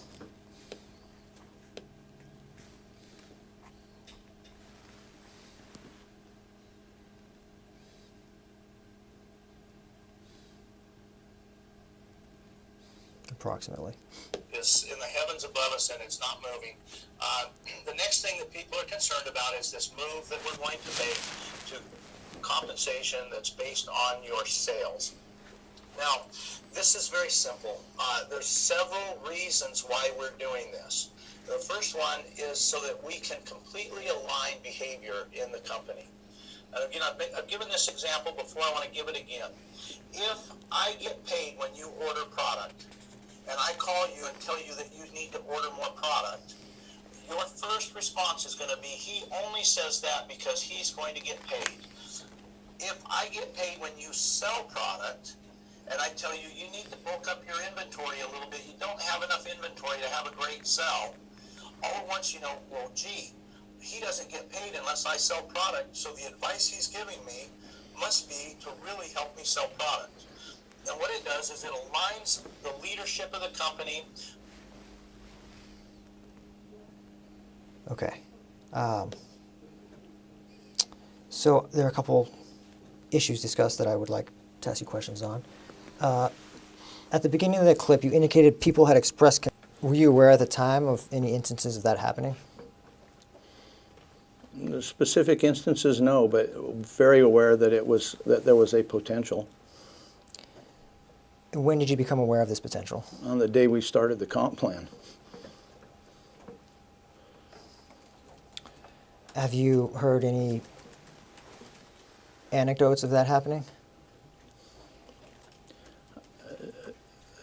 I can see that some of that may have happened, or I'm not even going to say may have. I can see that some of that happened by looking at order and sell-through data. Knowing that my sell-through data wasn't highly accurate, there still was enough of a difference in ordering and sell-through that I was concerned about it. And based on the data, did you become concerned about it? Again, I was concerned about it from day one. you cannot reward behavior A and anticipate that you will get behavior B. Unfortunately, I did not have access to data to identify the rewards for behavior B, so we took the next best thing. And earlier we talked about how when you and Deanne first started, in the early days when first started having other people besides Deanne sell, there was no comp plan. And I think you said sometime in 2014 was when the first comp plan came into existence. Do you have a month estimate on when the first comp plan came into existence? So the 5% bonus was adapted fairly early, but the comp plan that became the management plan was probably started in early 2014. I remember on the cruise having specific discussions about it and putting kind of discussions about what was available to us and what did we want to accomplish and how would we compensate those behaviors. Those conversations took place on the cruise, which would have been in February, so shortly after that would have been when the comp plan was instigated. And just to make sure I understand your analogy with behavior A and behavior B correctly, behavior A is ordering inventory, right? In this case, we could make that assumption, yes. Okay. And behavior B would be selling retail. Right. Okay. So in other words, the old incentive plan didn't encourage retail sales. Check to the form. I'm sorry, ask again? So in other words, the old compensation plan didn't incentivize retail sales. Same objection. The specifics of the comp plan maybe didn't, but all of the language, all of the education, all of the discussion, the culture, everything else pointed to sales. We were always a sales-based company. And when you say specifics, what are you referring to? I'm referring to everything around the business pointed to sales. To social media, referring to LuLaRoe as a pyramid. What social media, what platforms, what were you aware of? We were hugely successful in penetrating the marketplace with a clothing brand. The sales of clothing to end consumers disrupted marketplaces. People were going to buy clothing regardless. They just found LuLaRoe clothing of better value to them. They found a higher quality, they found better pricing, they found styles that they liked. Therefore, they bought our clothing. In disrupting that status quo, we created enemies. We were attacked viciously in social media with all kinds of claims and wild stories and accusations, mostly unfounded. I would say entirely unfounded, but somewhere there might be a kernel of truth in something that somebody said. But social media and mainstream media began to make claims about who we were and what we did and what we stood for that were wholly unfounded, wholly untrue. And eventually, everybody will know that.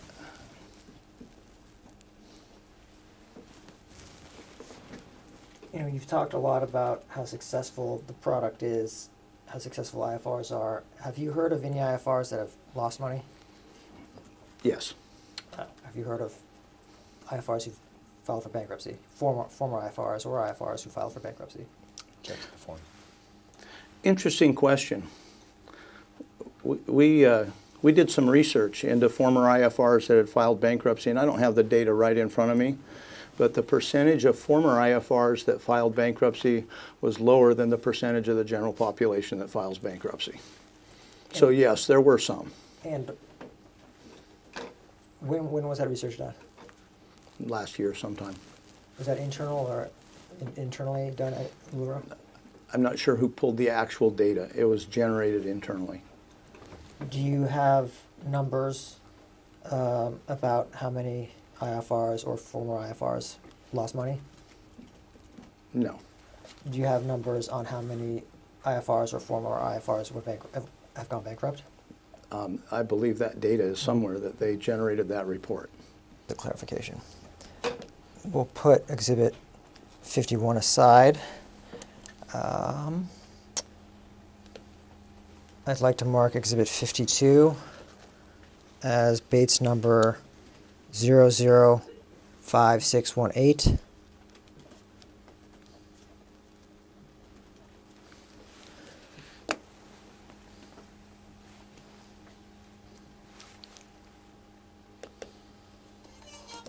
Okay, so the file name, this was produced by LuLaRoe to us, and the file name is October Leadership-Mark Stidham.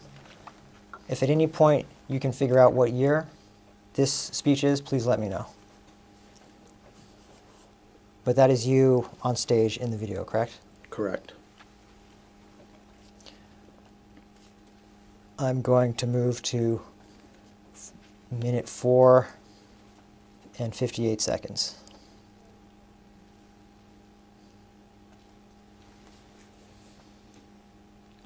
And I believe when we talked earlier about leadership, you mentioned it happens 4 times a year. Is that right? Correct. Well, 3 times for leadership and 1 for convention.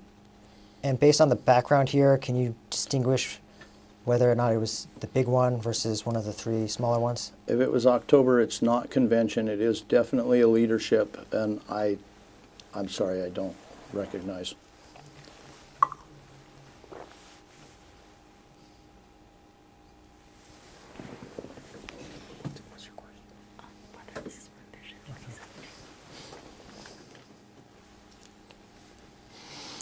Okay.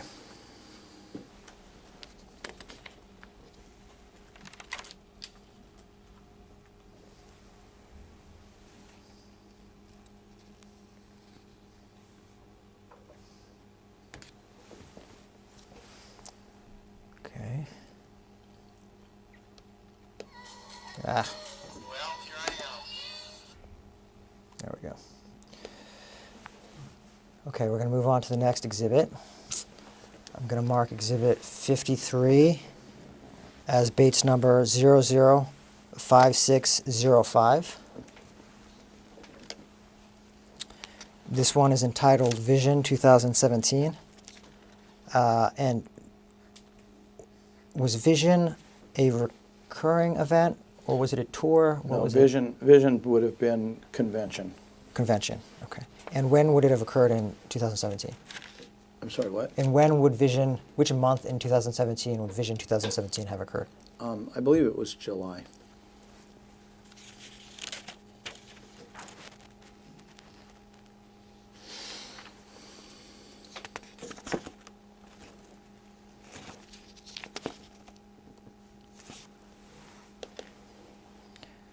So I'm going to move to, so first that's you on the screen, correct? Pardon? That's you on the screen, correct? Yeah, but I'm watching the same video we just watched. Sorry, hold on.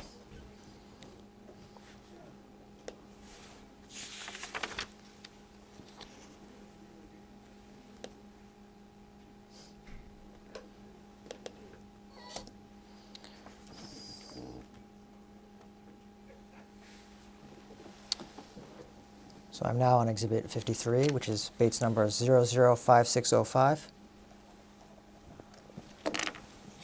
Going to move to 1355.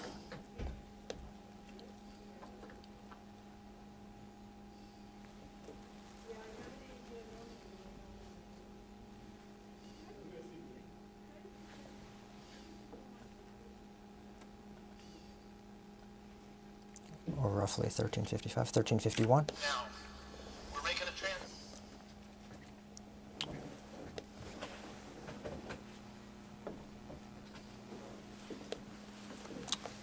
So I'd like to mark Exhibit 54 as, pardon me, this one is a physical document.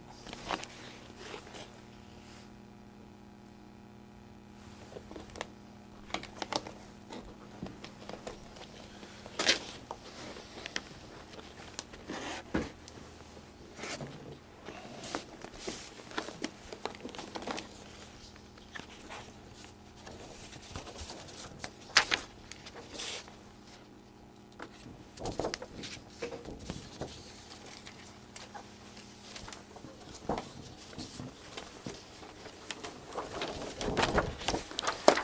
this is a screen capture of a video we're about to watch.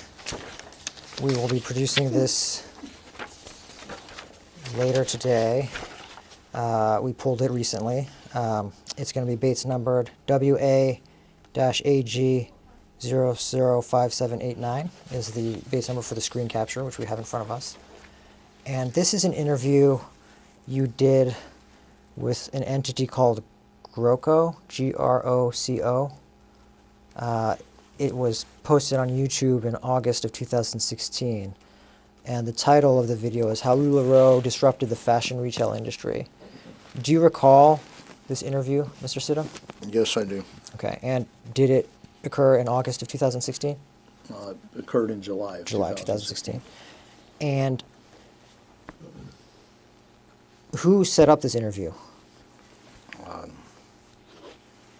Well, let me ask you this way. Did GROCO approach LuLaRoe asking to do an interview? Yes. Okay.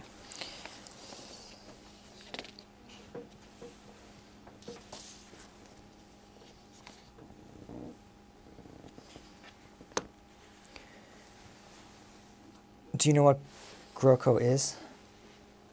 Yeah, it's a gentleman named Alan Olson, and he has a CPA firm, and he also does has a I guess a blog where he interviews successful individuals. And had you met Mr. Olson before they approached you to do the interview? I met him, and when I met him, he approached me to do the interview. Where did you meet him? In Wyoming. Did you meet him kind of in a personal capacity while you were doing LuLaRoe work? No, it was personal capacity. Okay.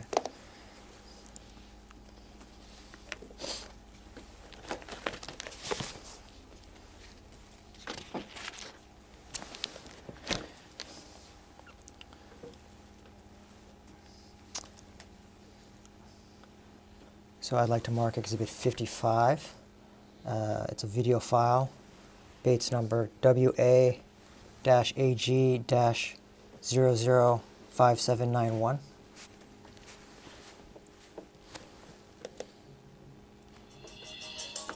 And so this is the first frame of the video. It is indeed Mr. Olson.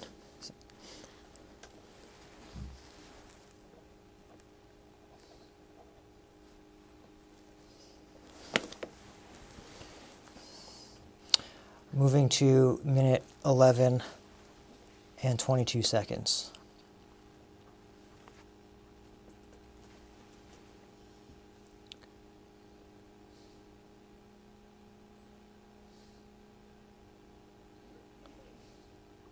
Or rather, 11 minutes and 18 seconds. I think that it would do that.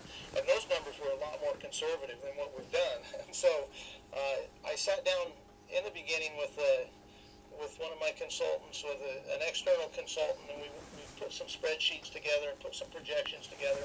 And I hoped that we might do $100 million in our what I consider our third full calendar year of business, which would be actually 2016. It would have been this year, yeah. And we're on track to do probably more than 10 times that. And when I put those projections on paper, I thought they were wildly optimistic. I thought we might be able to do it, but I certainly didn't, tell everybody in the world, hey, this is what we're going to do. Who is the external consultant you're referring to? He's now full-time employee. It was Noel Knighton. Noel Knighton was the external consultant who helped you with the projections? Yeah. And when you say 100 million, was that wholesale sales? Yes. And so in 2016, LuLaRoe did 1 billion in wholesale sales. Is that what you're saying? In excess. In excess.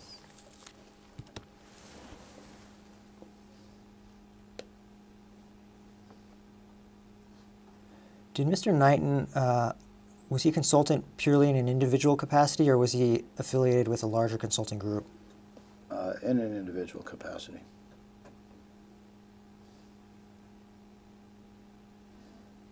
How was he referred to you, or how did you go about hiring him? How did you find him as a consultant? He was referred by a personal friend. Turning to the 12-minute and 28-second mark. Finding everything very quickly. Yeah, we joke about our month is everybody else's year, because we've actually seen 25% growth month over month for the last 24 months. Not exactly that, but if you add them all up and take the average, we're averaging 25% month over month. And you know, having come from business, I understand most companies would kill to have that kind of growth year over year. And so business processes have been a challenge because things that we were able to do easily at a smaller scale become more and more complicated. What metric are you talking about when you say LuLaRoe was experiencing 25% growth month over month? Gross sales. Gross sales. And what were the challenges of this growth that you're referring to in this video? All of them. Supply chain, accounting, order fulfillment, customer service, warehousing, physical facilities, the physical facilities, the internals, the processes for pulling product and shipping it, processes for taking orders and processing orders, processes for supporting the retailers on the sales side, the point of sale systems. I mean, you name a system inside of the business, and with that kind of growth, every one of them was under pressure. I'm going to move to the 14 minutes and 40-second mark.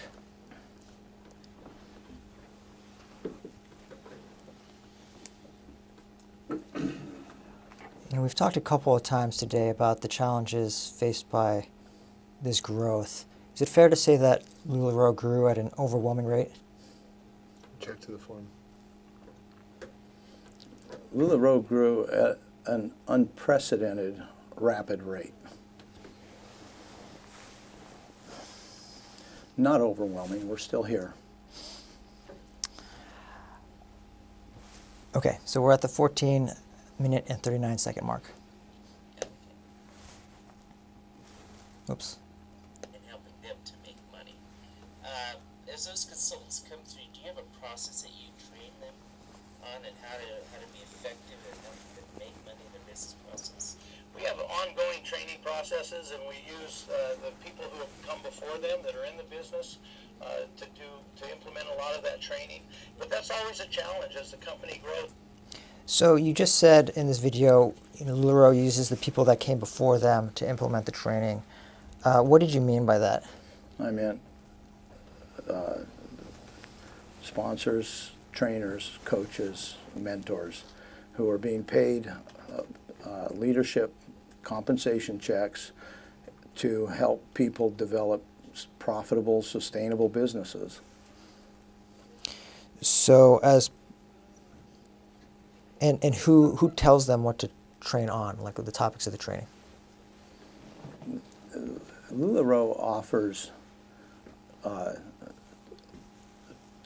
educational opportunities, but by virtue of the fact that they are successful in their business, and in order to be at those ranks, they had to perform some level of business in order to get there. It's not magic. And in order to, and so they teach a lot of what they know to be true. Even now, the actual sales training does not come from home office. There are things that are taught from home office, but our training, our component leans towards the motivational side, where the actual how-tos and hands-on comes from retailers who are in the field actually doing the work and have that experience and have firsthand knowledge of things that have worked and things that didn't work. And that's the beauty of the program, is it's not some home office dictating do it this way or do it that way. The field in many, many ways has led home office. The presence on social media was instigated by the field, not by home office. Home office had Deanne's model of taking product into somebody's home and selling it. The field pioneered Facebook Live selling. We completely changed the Facebook platform. LuLaRoe retailers changed the Facebook platform by finding a creative way to continue to do their business. And so when it comes to teaching of how to do the business, that is exactly what I pay that mid-level management for, because they're the ones that are in it and doing it. And is that training available to all IFRs? Yes. Is it available to folks in the queue? When they're in the queue, it can be available to them, absolutely. And is it fair to say that LuLaRoe and its leader and the leaders will provide any training that, quote, a newbie, end quote, might need? Object to the form. I'm sorry, again, ask the question again. I'm not sure I understand. Is it fair to say that LuLaRoe and the leaders that you mentioned that offer these trainings would provide any training that a new person to LuLaRoe might need? I would look at that from the other side, and I would say that a new person has access to all the training that they might need through LuLaRoe and a leader. And do you believe that any new person can succeed at LuLaRoe even if they don't have formal business background? Yes. And do you believe that LuLaRoe would provide any education or mentorship that might be needed to succeed at LuLaRoe? Object is asked and answered. And again, when you say LuLaRoe, anybody that joins the business has access to resources that, if they choose to avail themselves of those, would provide them what they need to be successful in business, to the degree that their own personal commitment and skill set and passion and desire to work, their work ethic, is sufficient. Everything else is available.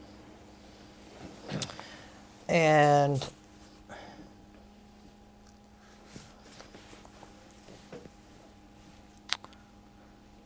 in describing the role that leaders play in the training, is it fair to say that LuLaRoe relied on the leaders to train new onboards? Object to the form. Yes. Joe, I appreciate we're on the clock. I need to use the restroom. Okay. I need some kind of break. Okay, let's take a quick break. If we could try to, anyone who doesn't need to use the bathroom, if you could stay here, that'd be great. Also, Off the record, the time is 4:57 p.m. it's getting quite hot in here.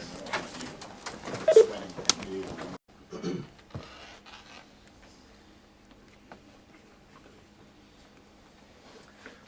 Going back on the record, the time is 5:45 p.m. Welcome back, Mr. Stidham. Thank you for your time. We're almost there. Before the break, you were talking a little bit about your feelings about the criticisms that have come up in the press and how you prefer not to get dragged down by them. It sounds like you feel like LuLaRoe has been treated unfairly by the press coverage. Is there anything in particular you feel has been unfair about the coverage? I'm going to object to the generalization and oversimplification of his testimony in the form. Go ahead. Again, I think in the interest of the little bit of time we have left, I mean, yeah, all of it. I mean, there was very, very little that was factual in the press.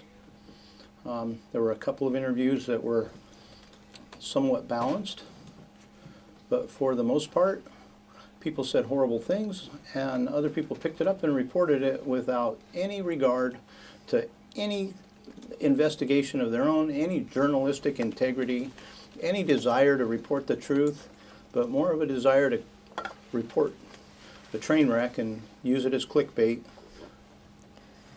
And I've seen reference to a CBS interview. Is that one of the ones that you feel is more balanced? Yes. Okay. And you're on the record today. Is there anything you want to say or put on the record in response to some of the criticisms that has come up in the press? I've said everything I need to say. And earlier we talked about the DSA and these 5 factors, 2 of which are less important to you in your mind. I believe it was recruiting and retention. Do you think it's ethical to run a bonus structure that pays based on recruiting? Object to the form. That pays on what? Pays based on recruiting. Yeah, incomplete I hypothetical. don't. Did I butcher the question? Can you reread the question? Sorry.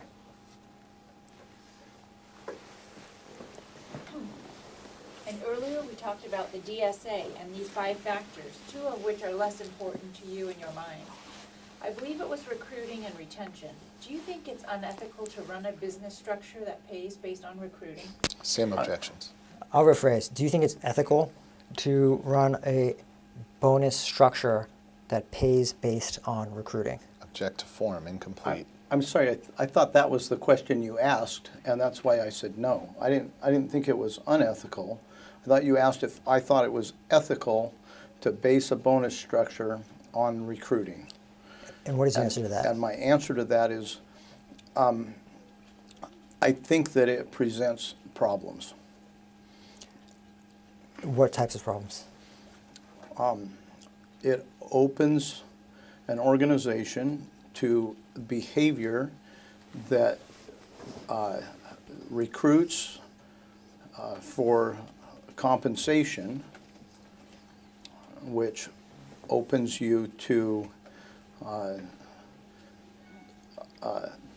abuses, to shading of the truth, to not revealing all of the information, to driving people to sign up so that you get a bonus. I think that's completely unethical. And prior to the change in the bonus structure, did you see any of these problems personally within LuLaRoe? No. Okay.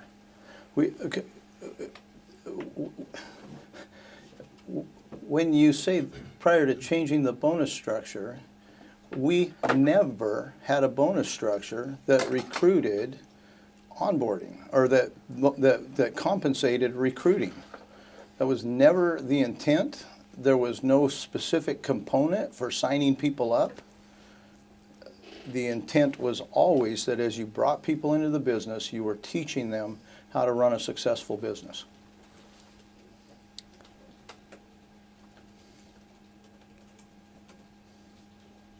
And that bonus program paid based on wholesale orders, correct? Object is asked and answered. Yes. Okay. And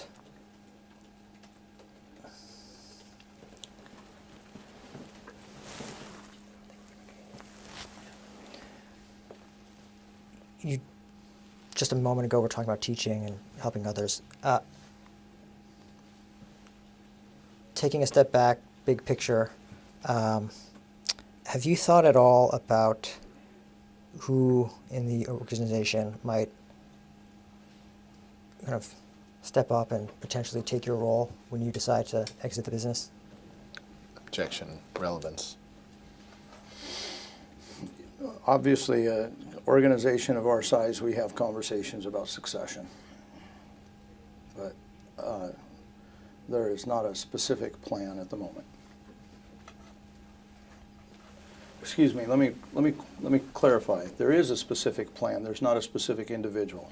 There's a plan and a process in place were something to happen to me or Deanne that would continue the management of the business, but it's not a specific individual. Understood.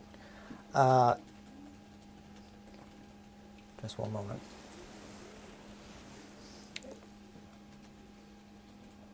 So,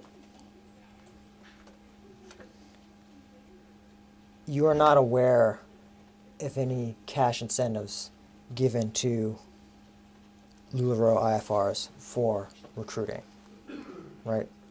No. For example, someone paying their downline a certain amount to onboard someone. Sorry, I didn't hear you. I said, for example, a coach, sponsor, someone in a leadership role paying someone in their downline $1 per person to recruit. I'm going to just object to form based on the for example, because the previous question had to do with the company, and now he's asking about other IFRs. And regardless, I'm not aware of it. Got it. So you're not aware of LuLaRoe ever paying a cash incentive for someone to be onboarded, No. right? And you're not aware of an IFR paying anyone else a cash incentive to onboard anyone, right? No.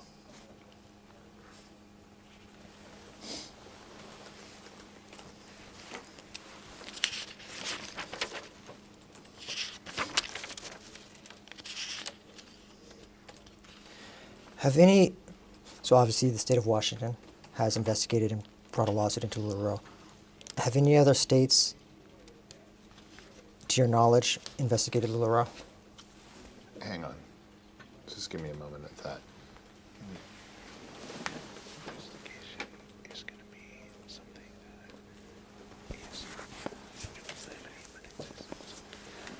Okay, go ahead.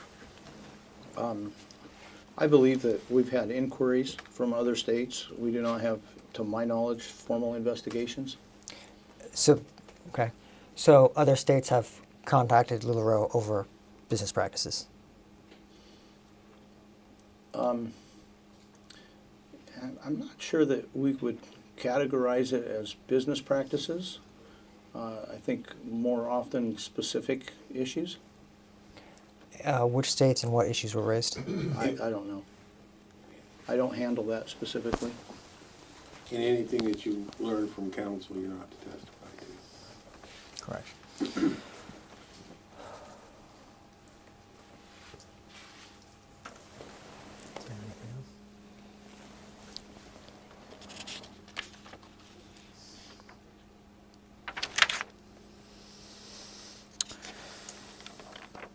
Are you aware of an entity called the Veterans for Justice?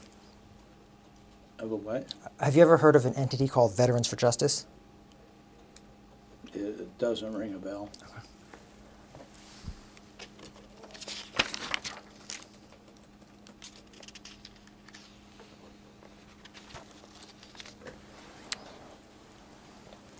No. We're done. Your counsel may have follow-up questions. I think we're good. Thank you. We'll reserve signature. Okay. Thank you for your time. Thank you for your time. Off the record, the time is 5:54 p.m.